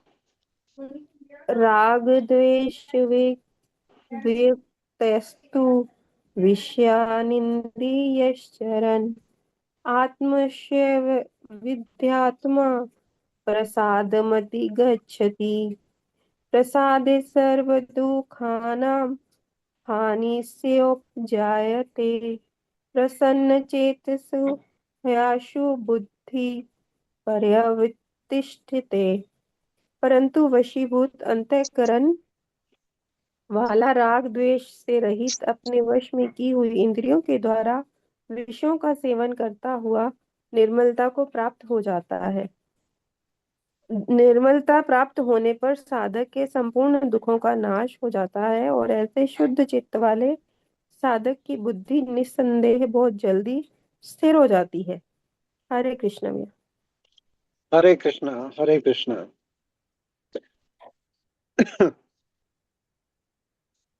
पहले तो पिछले 3 में तो भगवान ने बताया कि किस तरह से पतन होता है, और अब जो सिद्ध साधक है, जो स्थित प्रज्ञा होने जा रहा है या हो गया है, वो कैसा चलता है, कैसे व्यवहार करता है जीवन में इन चीजों के सामना में। तो वशीभूत अंतःकरण वाला, जिसने इस मार्ग पे चल के अपने इंद्रियों पे संयम कर लिया है और व्यवहार करते हुए विषयों का सेवन करता है, व्यवहार तो करता है लेकिन फिर भी निर्मलता को प्राप्त होता है, और निर्मलता प्राप्त होने पर साधक के संपूर्ण दुखों का नाश हो जाता है। ऐसा साधक, देखिए, समता कब आती है? जब आपका ना किसी से अच्छे से पसंद चीज से राग हो, ना अपने को पसंद ना आने वाली से द्वेष हो, और निष्कामता रहे, तभी इंद्रियों पर आपका कंट्रोल रहेगा। और जब तक हम इस संसार में है, व्यवहार तो हमें करना पड़ेगा, और इंद्रियां संसार के विषयों के टच में भी आएंगी, लेकिन जब ये कंट्रोल में रहेंगी तो ये फिर पतनकारी नहीं रहेंगी। तो विषयों के प्रति जो रस बुद्धि जिसकी बात हमने पिछले श्लोक में की, वही पतनकारी है। उनको जब हम कंट्रोल कर लेंगे, मिट्टी और सोना के प्रति हमारा एक सा भाव रहेगा, राग द्वेष से रहित होकर विषय व्यवहार भी योग है। ना किसी से राग, ना किसी से द्वेष, ना किसी से दोस्ती, ना किसी से दुश्मनी। तो राग द्वेष के वशीभूत होकर विषयों का चिंतन मात्र भी भोग है। हम खाली विचार कर ले तो भी वो भोग माना जाता है। तो वशीभूत अंतःकरण वाला साधक विषयों का सेवन भोग दृष्टि से न करके प्रसाद दृष्टि से करता है। ना राग पूर्वक ग्रहण करता है, ना द्वेष पूर्वक त्याग करता है, और इसी से उसको निर्मलता प्राप्त हो जाती है। जे जन रूखे विषय रस, चिकने राम स्नेह, तुलसी ते प्रिय राम को कानन बसई की गेह। अगर उदाहरण से हम समझना चाहें तो राजा जनक पूरा राजपाट चलाते हैं, सब कुछ करते हैं, लेकिन बिल्कुल राग द्वेष से रहित होकर, बिल्कुल समता में स्थित होकर, उनसे हम समझ सकते हैं। या भरत ने जिस तरह से 14 वर्ष जब राम वनवास में गए, जिस तरह से राज्य को संभाला, बिल्कुल ये दो प्रसंग ऐसे हैं जिनसे हम इस चीज को समझ सकते हैं। अब इससे अगले श्लोक में, जिनका अंतःकरण भगवान की स्मृति से लबालब रहता है, ऐसे शुद्ध चित्त वाले साधकों के संपूर्ण दुखों का नाश हो जाता है।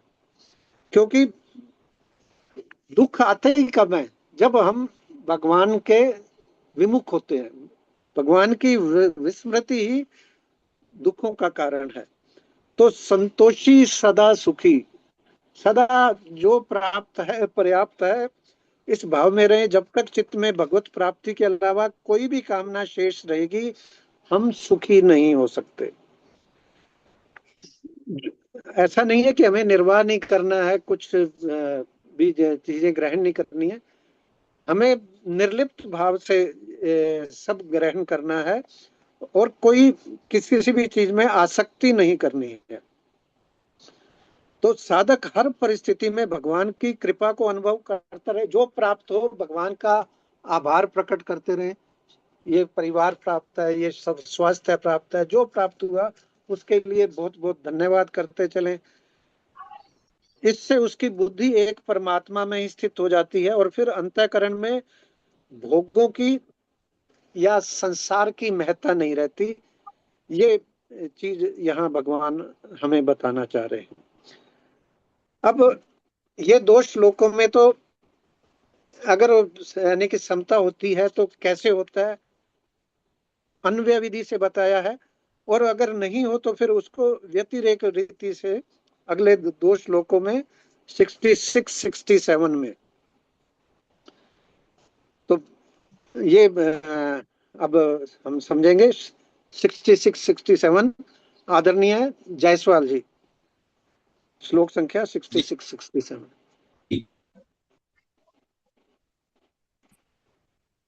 नास्ति नास्ति बुद्धि अयुक्तस्य न च अयुक्तस्य भावेना न च भाव्यते शांतिर्शान्तस्य कुतः सुखम इंद्रियाणां हि चरतां यन्मयो अनुविधीयते तदस्य हरति प्रज्ञा। अर्थात जिनके मन इंद्रियां संयमित नहीं होते, ऐसे मनुष्य की व्यवसायिकता बुद्धि नहीं होती, और ऐसी बुद्धि न होने से उस अयुक्त मनुष्य में निष्काम भाव अर्थात कर्तव्य परायणता का भाव नहीं होता। निष्काम भाव न होने से उसको शांति नहीं मिलती। फिर शांति रहित मनुष्य को सुख कैसे मिल सकता है? कारण कि अपने अपने विषयों में विचरती हुई इंद्रियों में से एक ही इंद्रिय जिस मन को अपना अनुभव बना लेती है, वह अकेला मन में नौका को वायु की तरह उसकी बुद्धि को हर लेता है। हरे कृष्णा। हरे कृष्णा, हरे कृष्णा। देखिए, पहले दो श्लोकों में भगवान ने बताया कि हम इंद्रियों को कंट्रोल नहीं करें, रेगुलेट कर लें। कैसे कर लें? ABCD फार्मूला दे दिया। उनको विषय व्यवहार तो करना है, रजोगुणी है, हमें भी कुछ ना कुछ करना है। तो अगर हम रोक के बैठेंगे तो शायद संभव नहीं होगा, मुश्किल होगा। हम उनकी दिशा सही दिशा में उनको मोड़ दें, उनको रेगुलेट कर लें। और अगर नहीं कर पाते तो फिर क्या होगा? फिर क्या लक्षण होते हैं ऐसे के कि जिनके मन इंद्रियां संयमित नहीं, ऐसे मनुष्य की व्यवसाय आत्मिका बुद्धि नहीं होती। क्यों नहीं होती? प्रभु तो एक है, परमात्मा एक है। वहां तो उस रास्ते पे चलना है तो खाली एक तरफ आपको अपना दिमाग लगाना है, अपना मन बुद्धि लगाना है। लेकिन जब हम संसार के सम्मुख होते हैं तो यहाँ तो तरह तरह के हजारों विषय हैं। तो फिर इन हजारों विषयों में हम अलग अलग दिशाओं में चलने लगते हैं। तो अयुक्त की बुद्धि एक परमात्मा में नहीं लगने से अनंत शाखाओं में विभक्त हो जाती है, तरह तरह के विषयों में ये भटक जाते हैं। तो उसमें निष्काम भाव या परमात्म भाव होना संभव नहीं है। परमात्म भाव क्या है कि भगवान के नाम जप स्मरण कीर्तन सत्संग से चित्त में भगवान के प्रेम की हिलोरे उठना ही कृष्ण भावना या परमात्म भावना है।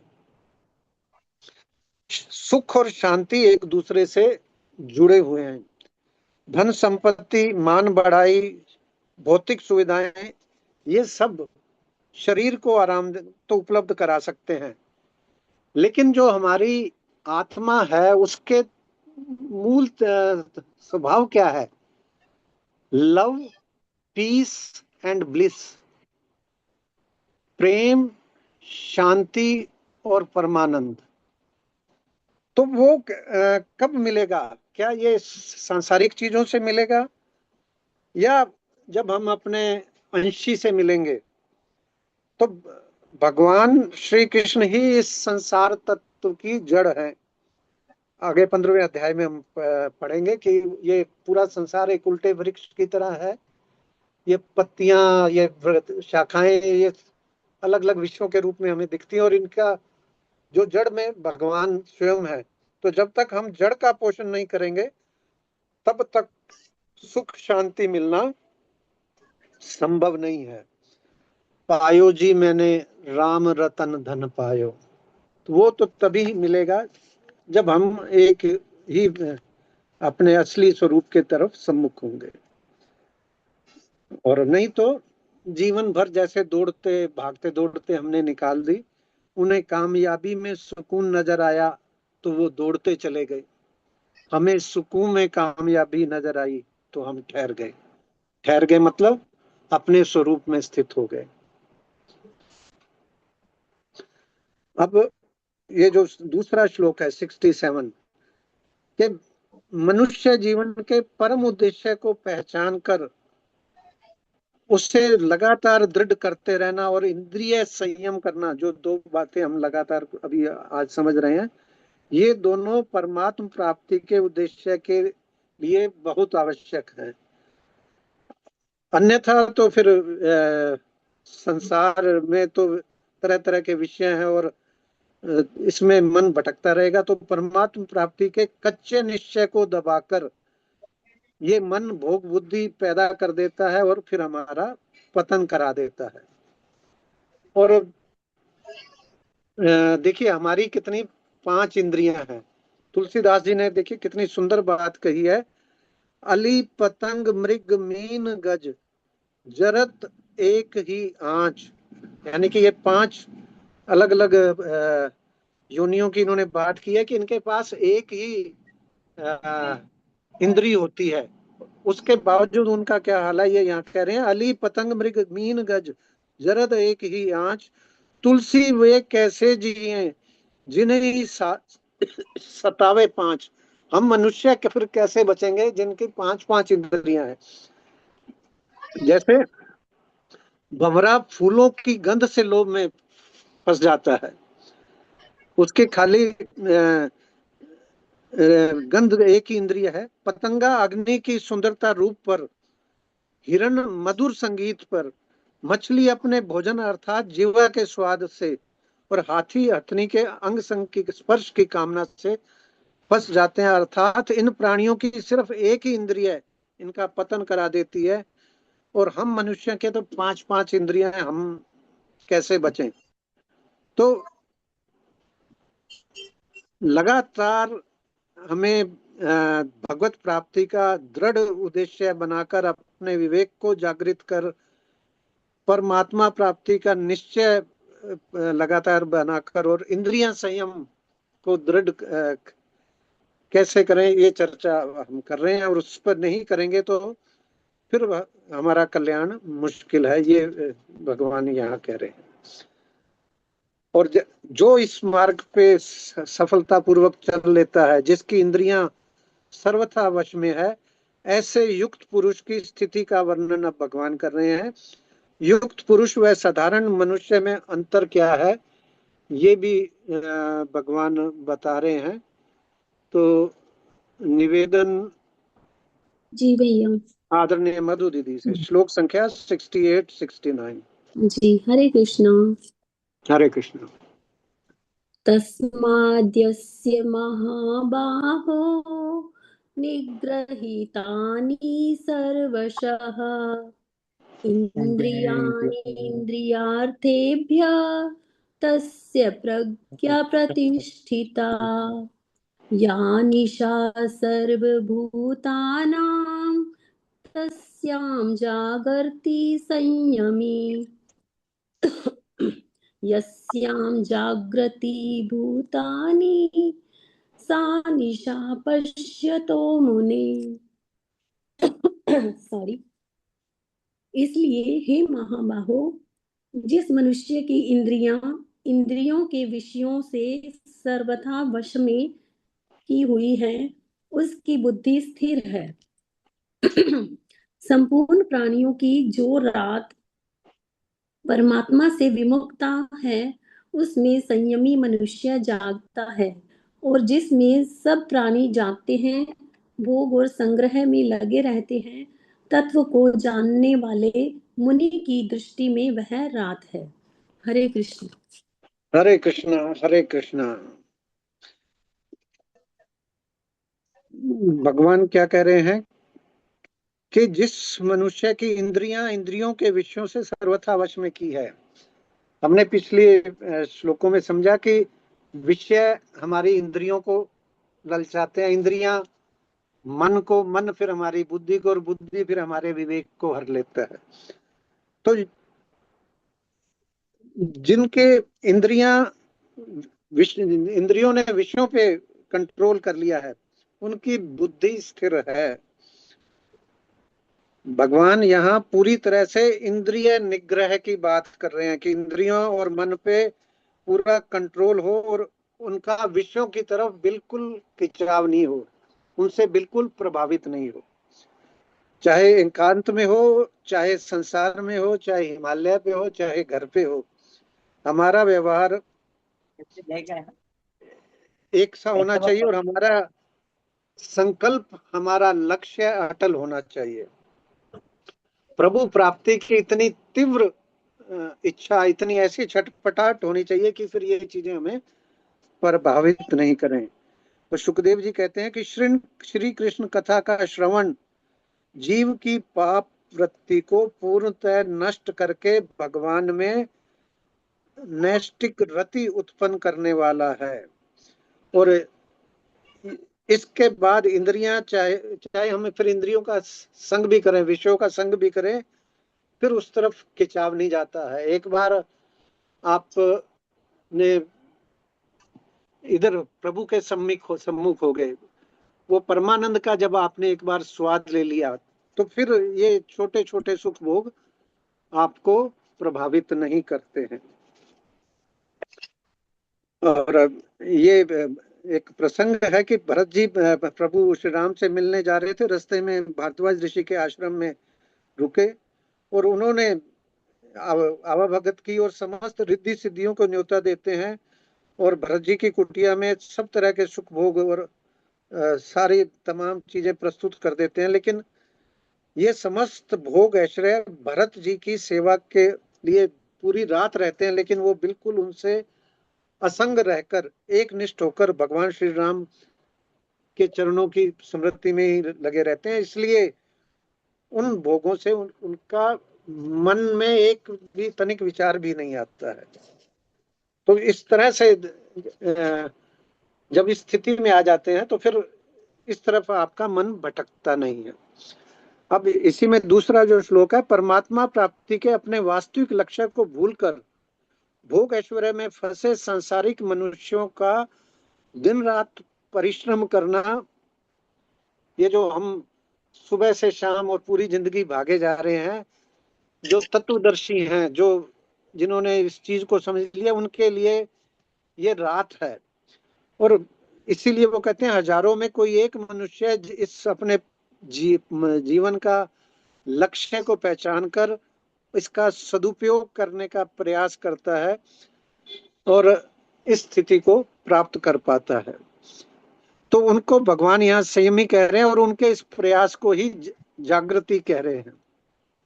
भोगी सिर्फ भोग के संग्रह को ही जानता है, लेकिन त्यागी कर्मयोगी मनुष्य संसार के सुख भोग के साथ साथ भोग संग्रह के त्याग का जो उच्चतर आनंद है उसको भी जानता है। दो लाइनें यहाँ कही गई हैं, संत दास संसार में कई गुग्गू कई डोड, डूबन को सांसो नहीं, नहीं तिरण को कोड। अर्थात गुग्गू मतलब उल्लू, उल्लू को तो दिन में दिखाई नहीं देता और जो कौवे हैं उनको रात में दिखाई नहीं देता। लेकिन संसार में ऐसे बहुत सारे मनुष्य हैं जिनको ना दिन में दिखाई दे रहा है ना रात में दिखाई दे रहा है, मतलब उन्हें होश ही नहीं है कि वो क्या किए जा रहे हैं, क्यों किए जा रहे हैं, किधर चले जा रहे हैं। तो ना उन्हें अपने डूबने मतलब पतन की चिंता है और ना ही अपने कल्याण का कोई विचार है। तो ये गीता हमें एक तरह से जगा रही है, और जो जागत है सो पावत है, जो सोवत है सो खोवत है। अब श्लोक संख्या 70, 71, 72, ये अभी तक इन्होंने, भगवान ने स्थित प्रज्ञा का जो चौथा अर्जुन का सवाल था उसका जवाब देकर अब विषयों के संपर्क में आने पर स्थिर बुद्धि मनुष्य की मन स्थिति क्या है, ये भगवान यहाँ 70 श्लोक में कह रहे हैं। आपूर्यमाण चल प्रतिष्ठम समुद्रमापः प्रविश्यन्ति यद्दत त्वद् कामायं प्रविशन्ति सर्वे स शान्तिमाप्नोति न काम कामी। जैसे जल चारों ओर से, नदियां जब समुद्र में मिलती हैं जाके, तो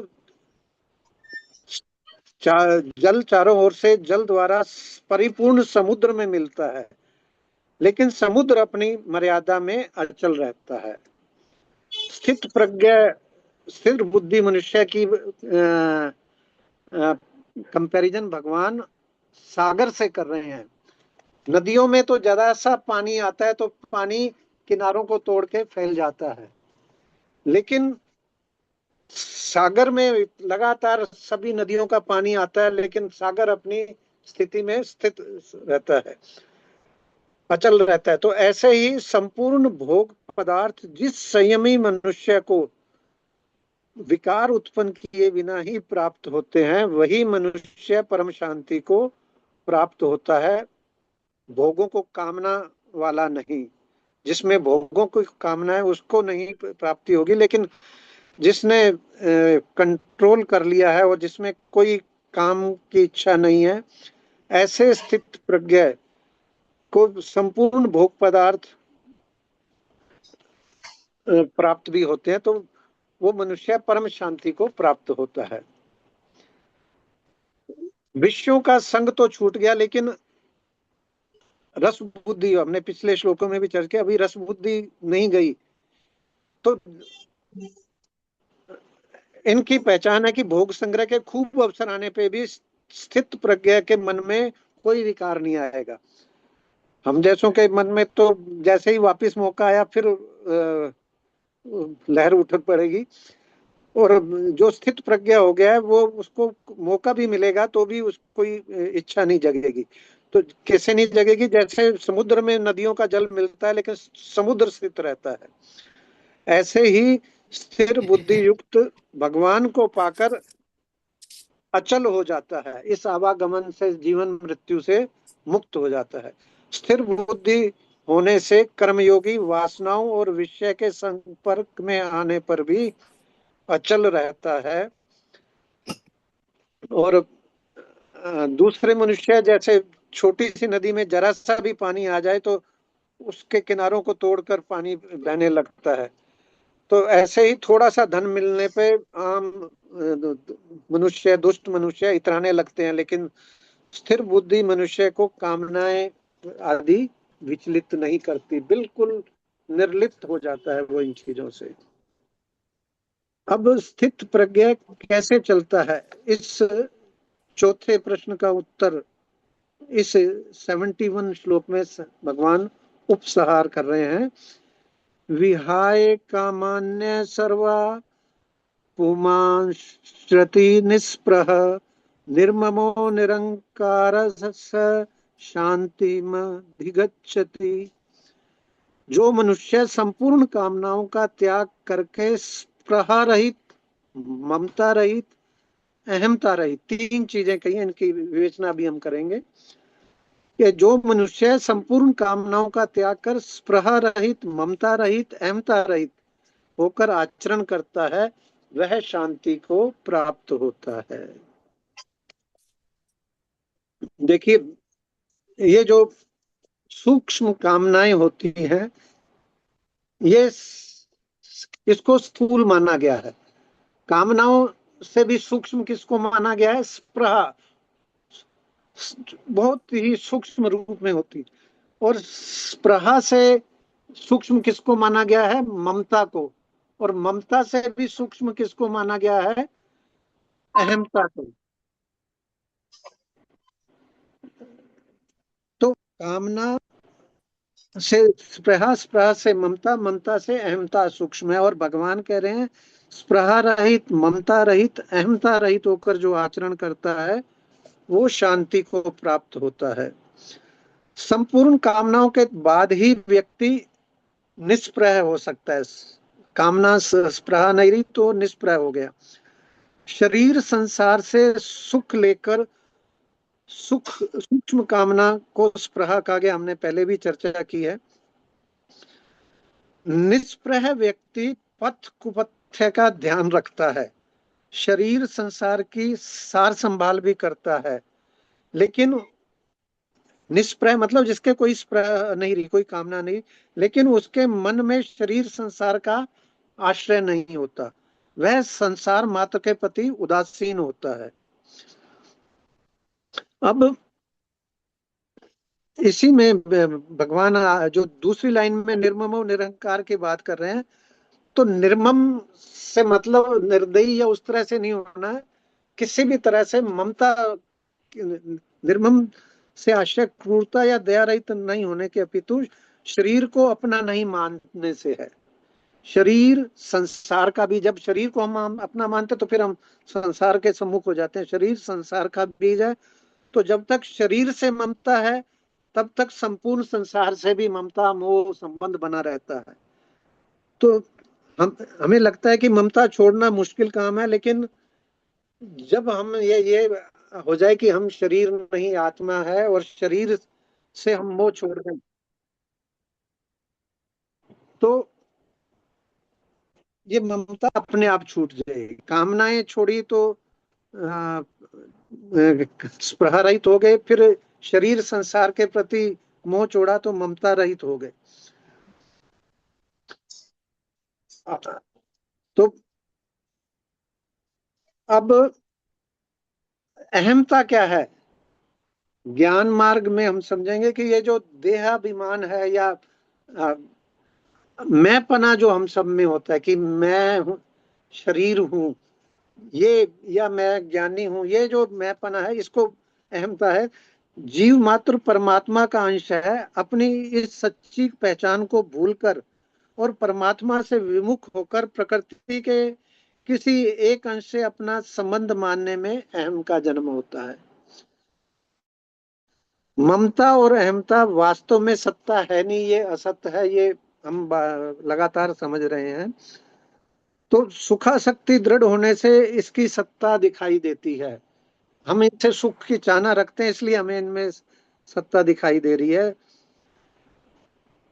इसी और अहम या मैं पने में भी एक मान्य शुद्ध चेतन स्वरूप जब गुणों का संग, ये जो हमारा आत्मा है, आत्माराम है, ये जब इस संसार से संग कर लेता है, गुणों से संग कर लेता है, तो फिर अहम की भी प्रतीति होने लगती है।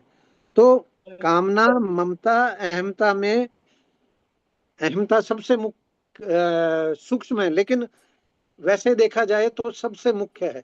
अगर अहमता को हम कंट्रोल कर लें, उसको खत्म कर लें, तो बाकी दोनों, अहमता का त्याग होने पर सबका त्याग हो जाता है और हम परम शांति को प्राप्त होते हैं। तो अहम कामना क्या है? अप्राप्त की प्राप्ति की जब हम इच्छा करते हैं वो कामना है। जो प्राप्त है उससे जो हमारा मोह है वो ममता है। और जो मैं पना है, मैं हूं, अपना सच्चा स्वरूप भूल के जो हम अंदर हमारे अहम आ जाता है वो अहमता है। तो इन तीनों का त्याग कर दें तो हमें अपने सच्चे चिन्मय स्वरूप का आभास हो जाता है और हम फिर परम शांति को प्राप्त हो जाते हैं। अंतिम श्लोक आज का लेते हैं। ममता कामना स्पृहा से रहित कर्म योगी की स्थिति कैसे होती है, ये भगवान बता रहे हैं। कोई पढ़ना चाहेगा श्लोक संख्या 72? आज का यह अध्याय कौन समाप्त करना चाहेगा? सर मैं पढ़ दूं? जी जी जी दीदी, हरे कृष्ण। हरे कृष्ण सर। हाँ जी। एषा ब्राह्मी स्थिति पार्थ एनां प्राप्य विमुह्यति स्थित्वा अस्याम काले अपि ब्रह्म निर्वाणं मृच्छति।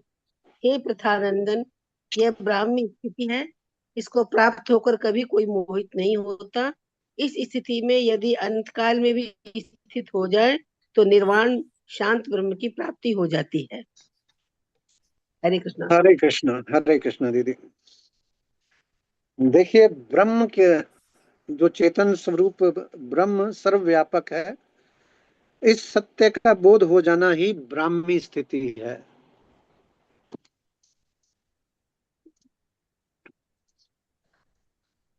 कामना से और कुछ जो प्राप्त होता है उस प्राप्ति से मोह ममता होती है, तो कामना के कारण ही मोह था। अतः समस्त कामनाओं का त्याग ही ब्राह्मी स्थिति है। फिर मोहित होने की संभावना ही नहीं रहती। कलयुग में इस स्थिति को प्राप्त करने के लिए सबसे सुगम साधन, बार बार वो जो ABCD फार्मूला की बात यहाँ गीता में हमें कह रहे हैं कि भगवान के गुणों का श्रवण, स्मरण, संकीर्तन, ये हम जितना धीरे धीरे अपने जीवन में उतार सकें। तो मनुष्य जन्म परमात्म प्राप्ति के लिए मिला है, इसलिए भगवान अंत काल में भी यह मौका देते हैं कि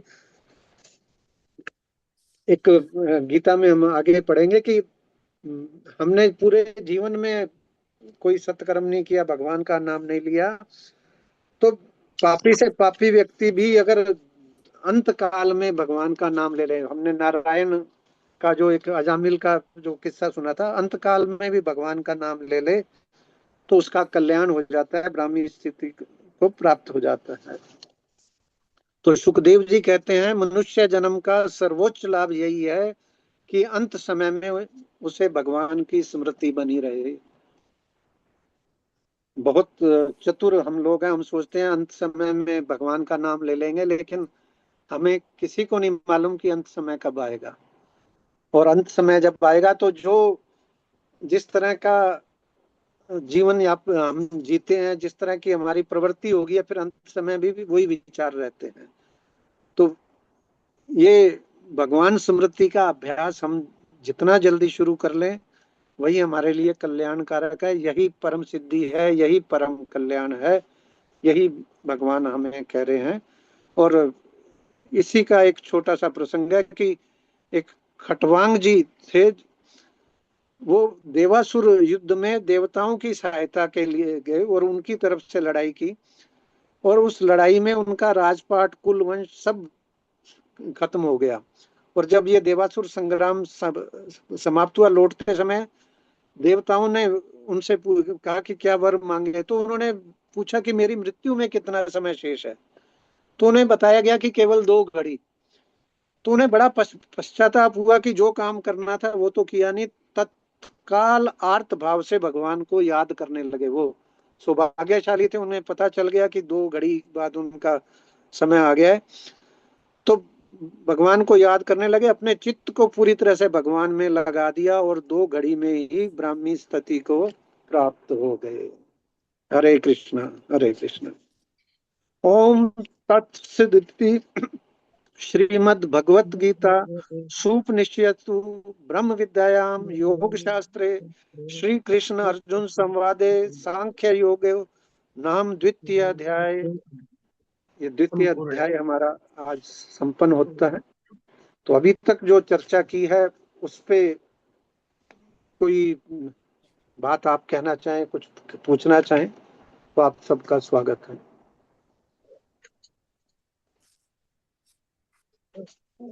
मैं एक निवेदन और करना चाहूंगा, दूसरे अध्याय का भी असाइनमेंट अवेलेबल हो गया है गीता परिचय अभियान पे।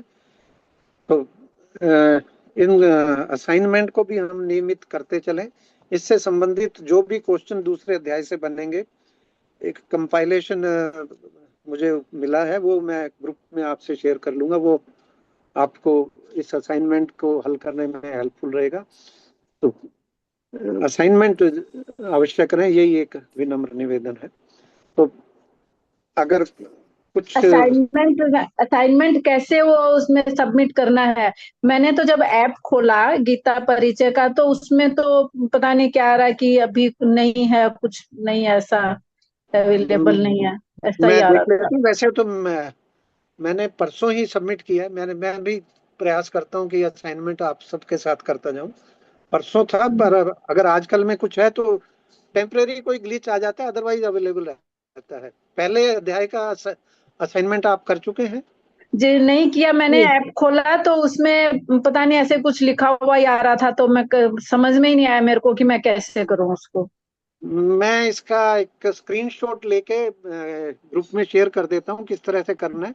फिर भी कोई दिक्कत हो तो आप अलग से फोन पे अगर आप चाहें तो बात कर सकते हैं। मैं बस आपको गाइड कर दूंगा कैसे करना है। ठीक है, ठीक है। ठीक है। हरे हरे कृष्ण। कृष्ण। हरे कृष्ण।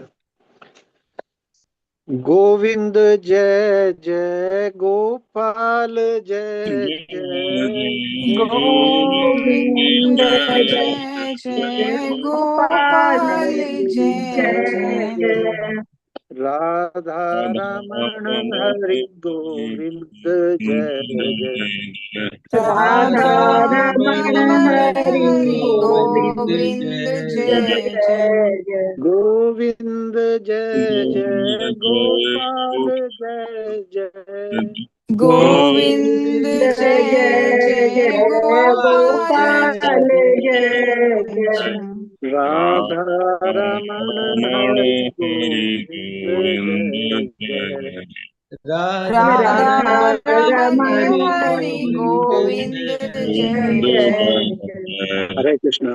नाम संकीर्तनम यस्य सर्व पाप प्रणाशनम प्रणामो दुख शमनस्तम नमामि हरिं परम। बोलो बांके बिहारी लाल लाल की की जय जय। राधा गोविंद सरकार की की जय मर्यादा पुरुषोत्तम भगवान श्री राम की जय जय। जनक नंदिनी माता सीता की जय समस्त देवी देवताओं की जय श्रीमद् भगवत महापुराण की जय साधक संजीवनी की जय श्री श्री गुरु महाराज की जय सब संतों की जय सब भक्तों की जय हो अनंत कोटि वैष्णव जन की जय। जय आज के आनंद आनंद की की जय हे नाथ, हे मेरे नाथ, मैं आपको भूलूं नहीं। हे हे नाथ हे नाथ, मेरे हे नाथ मेरे नाथ, मैं मैं आपको आपको भूलू नहीं। भूलूं नहीं। हे नाथ, हे मेरे नाथ, मैं केवल आपका हूँ। हे नाथ हे हे नाथ, मेरे हे नाथ मेरे नाथ, मैं मैं केवल केवल आपका आपका हूँ। आप सभी सम्मानित वैष्णव जनों को बहुत बहुत वंदन, कोटि कोटि आभार। हरे कृष्णा। हरे कृष्णा। हरे कृष्णा हरे कृष्णा।